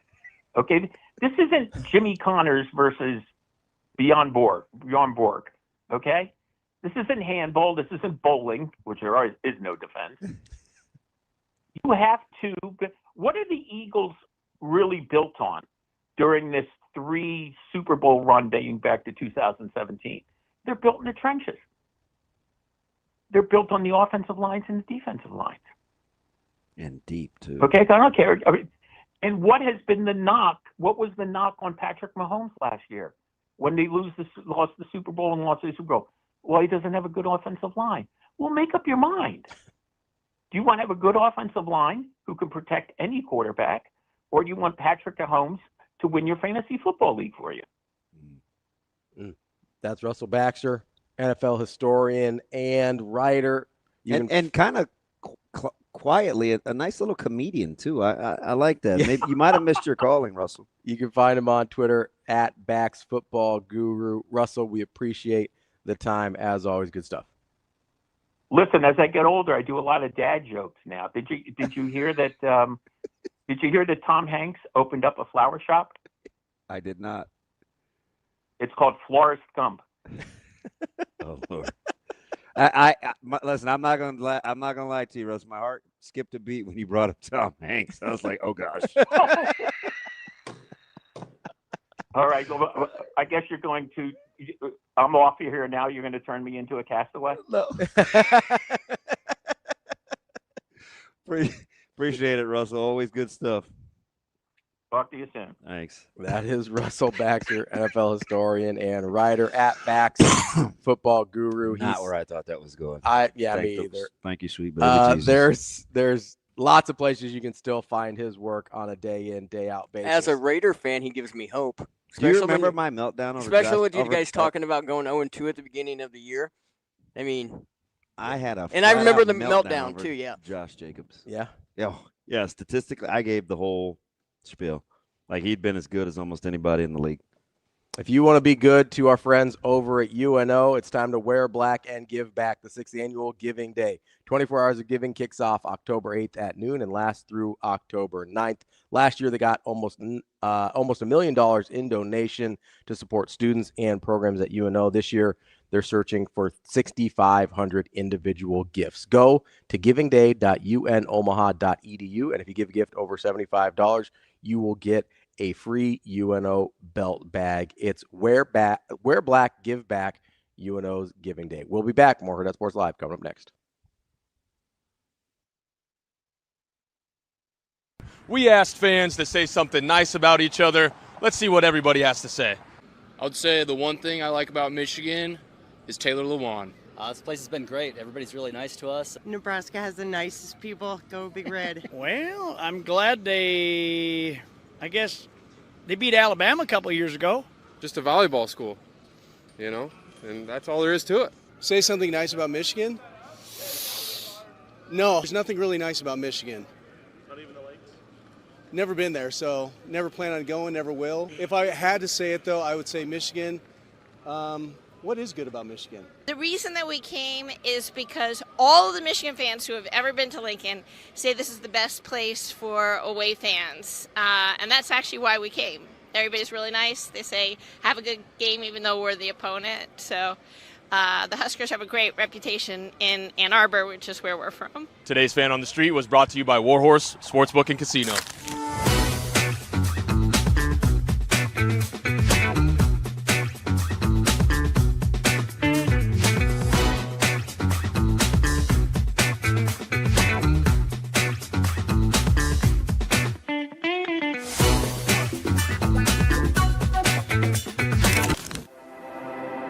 A successful financial future is built one coin at a time.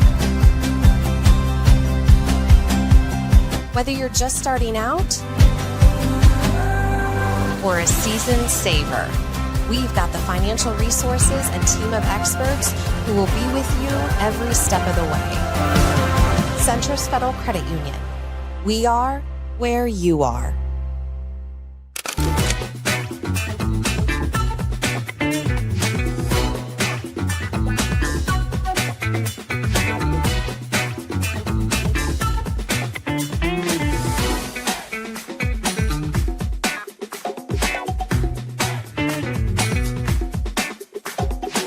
Yeah, I mean, we take all the emotion out of it.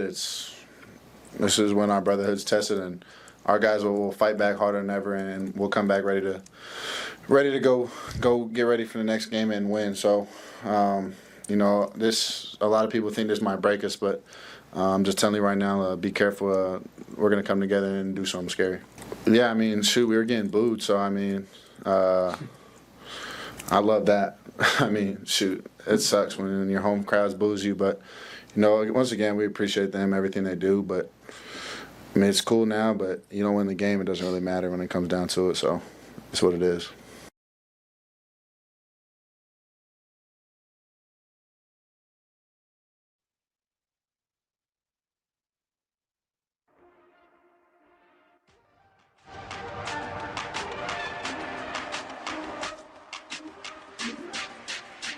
You're listening to Hurrdat Sports Live.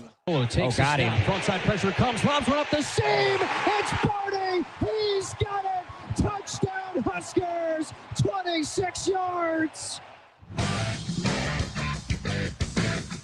Welcome back, Hurrdat Sports Live. That's DB. I'm Ravi Lulla here at Hurrdat Sports Bar and Grill. Don't forget, it's always a good time of year. I know all you people because I'm one of the you people that just spends all your time looking at Zillow, looking at different houses, stuff like that.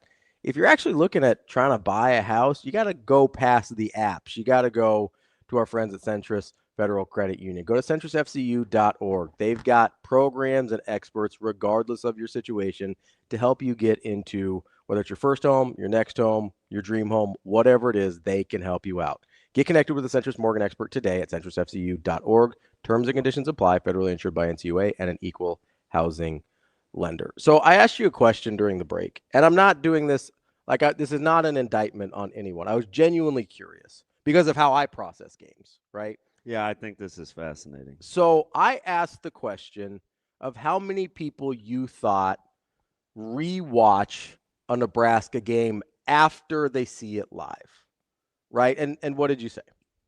I thought about it, and I boiled it down to a number I could divide. Okay. So I said 5%. And I got that from if 100 people watch the game, I bet 5 rewatch it. And I think that's probably fair. I think it's certainly under 10.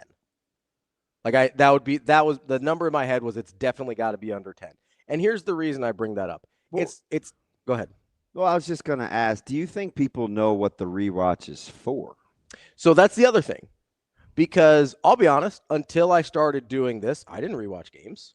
I just watched it. I felt like I knew what happened. And then I started doing this job, and I was like, oh, I don't know what happened. You're right? like, but I have a co-host that's going to hold me accountable. That is going to kick my ass if I'm not on it. No, just kidding.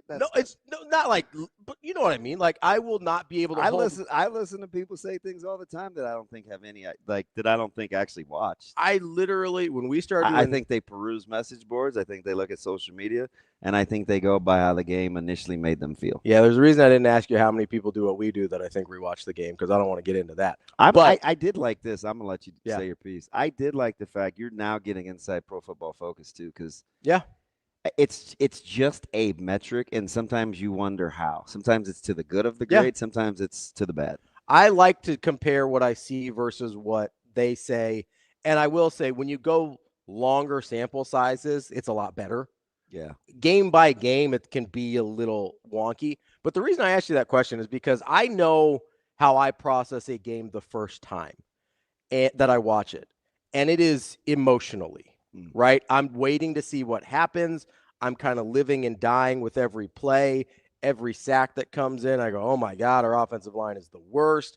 Every time they bust a big run, I go, God, we're never going to stop anybody. Like, I'm a fan. I experience the game emotionally the first time I walk through. That's why it doesn't matter. I'll watch games here at Hurrdat Sports Bar and Grill around people. I know you hate watching games with people. In my defense. Yeah. I do ask how you can do that. Yeah. Because here, let me show you why. Yeah. Shane, that clip you just played, play my boo-boo. Play the highlight you just played. Listen to me. Start it again, Shane. I was talking. Go ahead.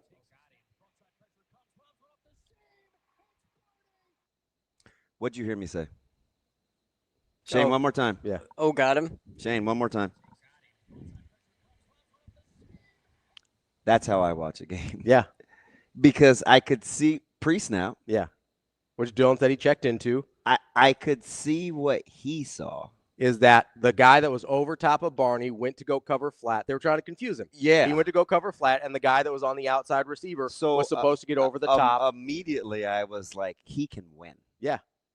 And Dylan got him into the right route. So whatever. I should keep my mouth shut. But no, I love that. I love that you're like, oh, we got him. Because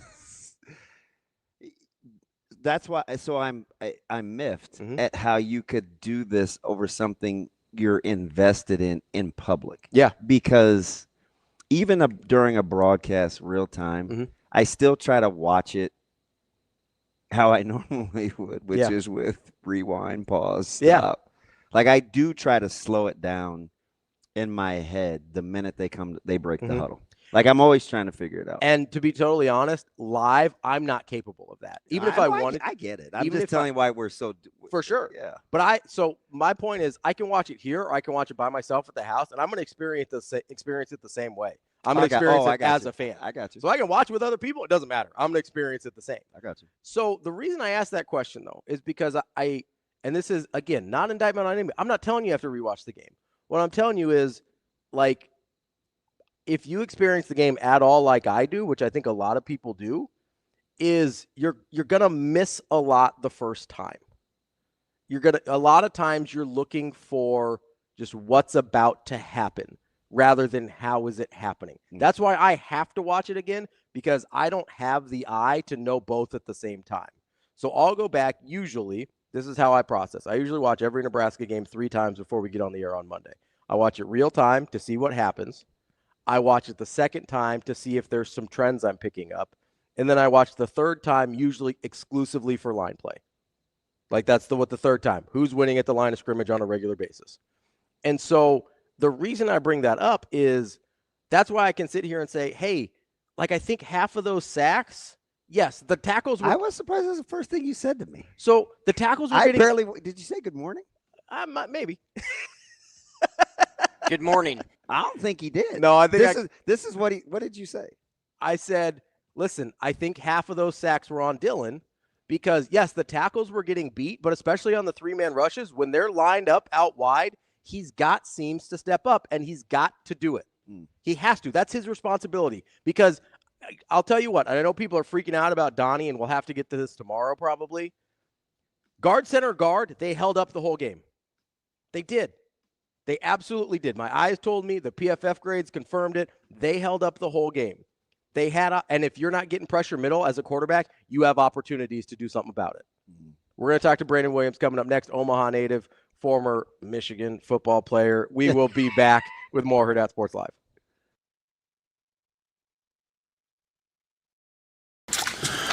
Obviously, a disappointing loss for us. One in which if we're smart about it, we can hopefully learn a lot about ourselves and about where we need to improve, where we're headed.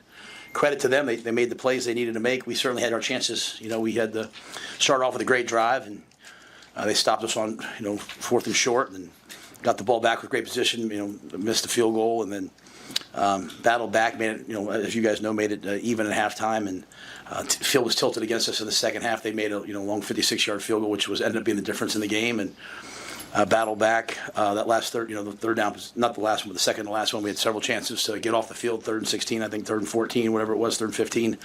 Couldn't make the plays, and so long stretches of that game where we couldn't protect. And number one, I thought for them was magnificent. Barsham was he was a handful, and thought we settled down as it went on and protected better for a while. But still some key moments where it wasn't good enough. And then obviously the run game for them. 2 plays in the first half, but just too many big plays to win a football game like that. So we battled. Appreciate the effort of the guys, but wasn't good enough.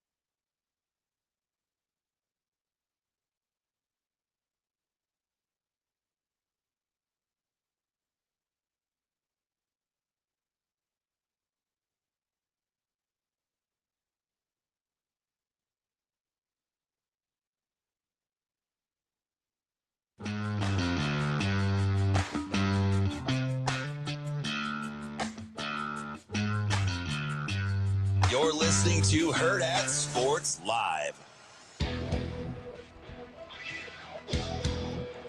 Welcome back to Hurrdat Sports Live. That's DB. I'm Ravi Lulla here at Hurrdat Sports Bar and Grill. We are joined now by Brandon Williams, Omaha native, Omaha Central grad, and he played football somewhere in the Big Ten. I'm not 100% sure. Don't think we need to bring that up right now. Brandon, how you doing this morning? I'm doing great. How about yourself, fellas? Good, B. Will. Thanks for having me. Oh, you know, it's twofold. Number one, I think you're ridiculously smart. Number two, we've got your Central High Eagles this week, man. So you can come on and give them a little good karma if you'd like, but we'll get to that shortly. Always. Oh, I know. Always. I know how you guys literally flock together. So I said this on Thursday. I said it again on Friday. I think I feel about the same. I said Thursday, Michigan's a really good football team. Friday, I said, I think Michigan's a little bit better than we think they are. Today, I still think they're a good football team, like about what I thought. What do you say when you watch kind of their growth and how they're playing? Do you think at the end of the season we'll be saying this is a good football team? Yes. So me and my son went to the Michigan-Oklahoma game down here in Norman. Mm-hmm. And so we saw them up close. And I think what we saw last game was the longest leash the quarterback has had all year.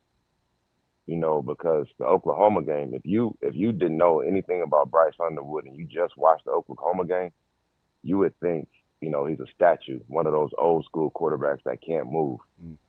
And it was early in the year, it was almost as if there was a wall preventing him from running. He ran so little. And I think that's going to have to be a big part of his game. Now, the thing is, he can throw. He can throw.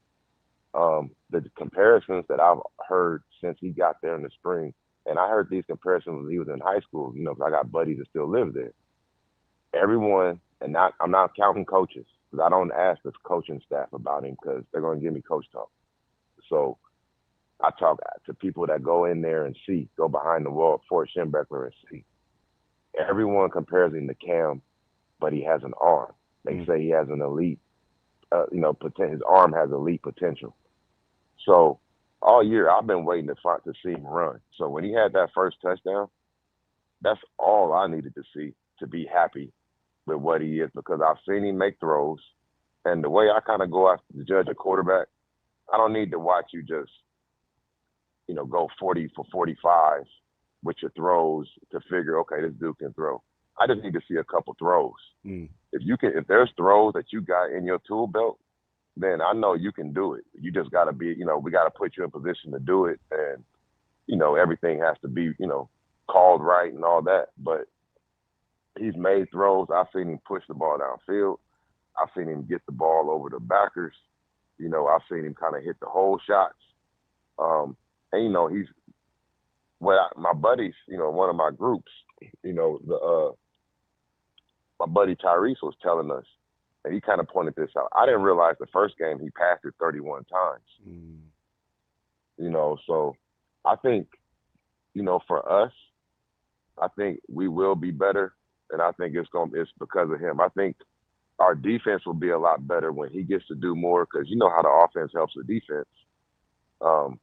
Against OU and all, our defense still looked good when they looked good, but just after a while, when there was, we, weren't converting on third down, that wears the defense out. So I think when he becomes, at minimum, this year, a freshman, an all freshman player, all the freshman, if he becomes that, then we're going to be very good. Brandon, because it's going to help us confidence wise too. Yeah. So I want to stick with Underwood there for just a second, because you were talking about his arm, and I don't think anybody disagrees with the arm talent. From what I've seen this year, though, like if I were Nebraska, I would have had a really hard time not just saying, hey, I'm going to make you beat us with throws down the field. That's an area he struggled 100% with over the course of the year, was just 1 for 6 on throws over 10 yards against Nebraska. Like, are you surprised they didn't just say, hey, we're loading up against the run? Like, if you can beat our very good secondary down the field, you win. 100%. And because now I'm a DB at the core. So as a DB, there's only a few Pat Mahomes in the world. You know, you only got a few of them dudes. So the way I teach the DBs, especially in high school, you're not going to come across, most quarterbacks can't do everything. They can do it decent. They can do it good for where they're at. They can do better than others, but they can't do everything. So, I mean, you look at the NFL, Lamar Jackson's an amazing quarterback, great quarterback, best player in the league, voted by the players. But if I'm a DB, I would rather go against him than Mahomes because that ball's going to be just a little bit more off target, just a little. You know what I'm saying? Like, those little differences matter. So, yeah, I would have tested this. I would have tested what I just said. Like, we're going to see if he has an elite arm. That's definitely what I would have did, especially if I watched the Oklahoma game where on 3rd and 6, 3rd and medium, we had a couple 3rd and 4s maybe where we ran the ball. So if I'm going to figure they're that committed, yeah. And I think the corners will like that matchup. When you look, as a corner, I always will look at stats. I would look at stats and then I would look at the individual player. Okay, you may not have stats, but let me watch you go do your releases and stuff like that. As a corner, for the last 2 years, we haven't had big numbers at receiver. I would want that challenge. So, yeah, I definitely would have expected, and it's a freshman. At the end of the day, no matter what we say about him, he's a freshman. I want to make you prove that you're this generational talent before I just assume you are. Well, let me ask, this question is twofold, and then I'm going to let you explain why you think it's this way. Nebraska ran 76 plays. You know what kind of offense they have. A lot of empty, a lot of spread, whatever. How many for a defensive guy? How many solo tackles do you think would be a good number for 76 offensive plays for against an offense like Nebraska's? How many solo tackles do you think Michigan should have? Solos. If I'm a DB, so solo is tough because them boys swarm. Like, I got some texts the other day. Matter of fact, Lance texted me. He was like, man, Michigan look like wild dogs out here on defense. So we swarm. So I may hit him first, but DB and Ravi going to get there real quick and get in on that tackle too. You know what I mean? Yeah, so, what would be a good number for you? I'm a jump on the pile guy, Brandon. I hear you. Hey, your name gets seen first. That's right. The stadium announcer and everybody going to say your name. Rack up those half tackles, baby. Let's go. Yep. I would say for a DB, and this, because a lot of my solo tackles would be off of catches, I would say probably like 8. You can give up, a couple catches and make the tackle right away. I would say 8, because 76 isn't. There's a lot more. Now teams are getting 100 or so plays, so 76 isn't a lot of plays. Listen, actually, in my opinion. Do you know what Michigan had for solo tackles? 40. 40 solo tackles out of 76 snaps. Okay, I was saying as a person, individual. No, listen. 40. Yeah, so 40. Yeah. So 40 out of 76 plays were individual. Okay. That's crazy. That's they're winning everywhere they get to they're winning one-on-ones. DB. So I said this to somebody yesterday, and I was trying to go back and look before I got on the air. If you go look the last 2 times, I don't want to give no bulletin board material, but the last 2 times we played, and I said this in the game Saturday. I said, man, we hit the mess out of Nebraska when we played them. Told you. Like, when we hit, like, our hits look completely different. Like, number 6, man, they gave him a nickname. Now they call him the Hitman. I ain't know who. I never knew number 6 as a hitter. So, oh my God, you didn't listen. So I know you haven't listened to any of the show. So this morning I said, we did a pregame on Saturday, and I said I got to give my pregame show partner a little credit because when I looked at Michigan, I looked at kind of this swarming secondary as a whole. He looked dead at me, B. Will, and he said, Have you seen Michigan safeties get down into the box? They come down with some bad intentions. During the game, I was just like, man, Michigan hits. And then you referenced him by name. Like, he brought serious drama whenever he arrived. Man, he kept a hammer in his pocket. He was, I'm telling you. So go back 40 solo tackles it's silly. That is ridiculous. That's Hillman.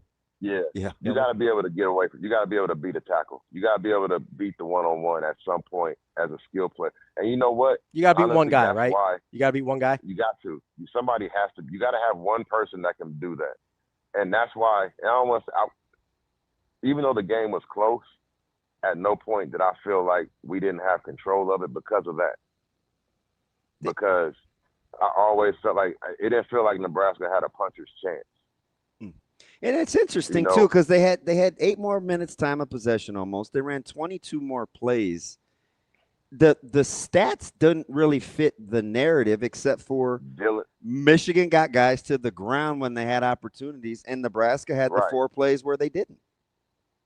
Right. I mean, because Dylan got rid of the ball. Like, we was on, from the beginning, we were on Dylan's net. And I'll say, like, Dylan's a playmaker, man. Like, Dylan kept plays around alive. He got the ball out. Yeah. And, like, that's why I was telling my son, like, man, he's just, and even if he's getting into the check down, he's kept the play alive to where the check down is wide open. You know, so he was getting big runs off of him just, you know, because, and that's another reason why I went, because we had constant pressure. We were getting pressure with 4. We were getting pressure with the blitz. You didn't even have to bring a ton of plus pressures. I was a little surprised by that. I was too. You know, on TV, they you know, brought up how it was just the edges were, you know, soft on the edges. But Dylan had me worried because he had stats. He had 300-some yards passing. You know, and that was a legit 300. You know, but like you said, when he's getting people the ball, they're getting taken down by the first player, the first hit. And them was hits. Them wasn't tackles. Them was hits. Yeah, that number surprised me because I kept trying to figure out, you know, I'm watching the game unfold real time. Then I rewatched it a couple of times. I'm like, how did it get like, I mean, we're basically drumming this down to 4 plays, and our fan base kind of gets upset with the schematics, right? It's like, oh, we're not doing this and we're not doing that, and it's too much pressure on this player. And I'm like, as an OC and a DC, the design is to get a free runner or a free defender. So at the end of the day, Michigan was winning those one-on-ones. Those situations that were like crazy. They were just winning the situations. That's why the stats don't add up to how the game the score. Right. Because schematically and, you know, as far as execution, Nebraska's a good team. Nebraska's a good team. They were you know, I didn't expect it to be a cakewalk. You know, so for us, you know, we always got something going on with the Suckeye fans. So what they were saying is, oh man, for us, if we don't beat Nebraska by 70, it's a big deal. But Michigan beats Nebraska by anything, it's a big. Like, shut up. Like, Nebraska about beat y'all last year. I was gonna say, ask him what the score was last year in Columbus. Yeah, exactly. No, that's just them. And now the real word is a different word. I just can't say it on here. Yeah. Well, we're podcasting, so you can, but you don't have to if you don't want to. It's okay. We got guys that say a lot worse on here. That's for sure. So, but yeah, man, I think I think Dylan did a great job of keeping them in. The defense, you know, the defense last year did some good things. We're a hard running team. And I'm gonna tell you what it looked like. And you know, like Nebraska's better, getting better. Nebraska's. I was telling my buddy, like, man, like the whole will we or won't we go bowl? That's over. Like, they're going bowling. Yeah. You know, like, that's a bowl team for sure. And who knows? You know what they pull off. You know, hey, you pull it off. You know, the way the playoffs work now, you know, anybody could get in with the right, you know, schedule or, you know. Yeah. So just do what you could do. But it felt like, to me, it felt like 2 teams with 2 different sets of goals. You know what I mean? And like, we out And just being honest, we trying to win the Natty. I don't care what nobody say. I don't care what you think about us, what you feel about us, how good we're trying to win the Natty. Mm-hmm. That's the goal. And our road right now, everything is built to go after the Natty.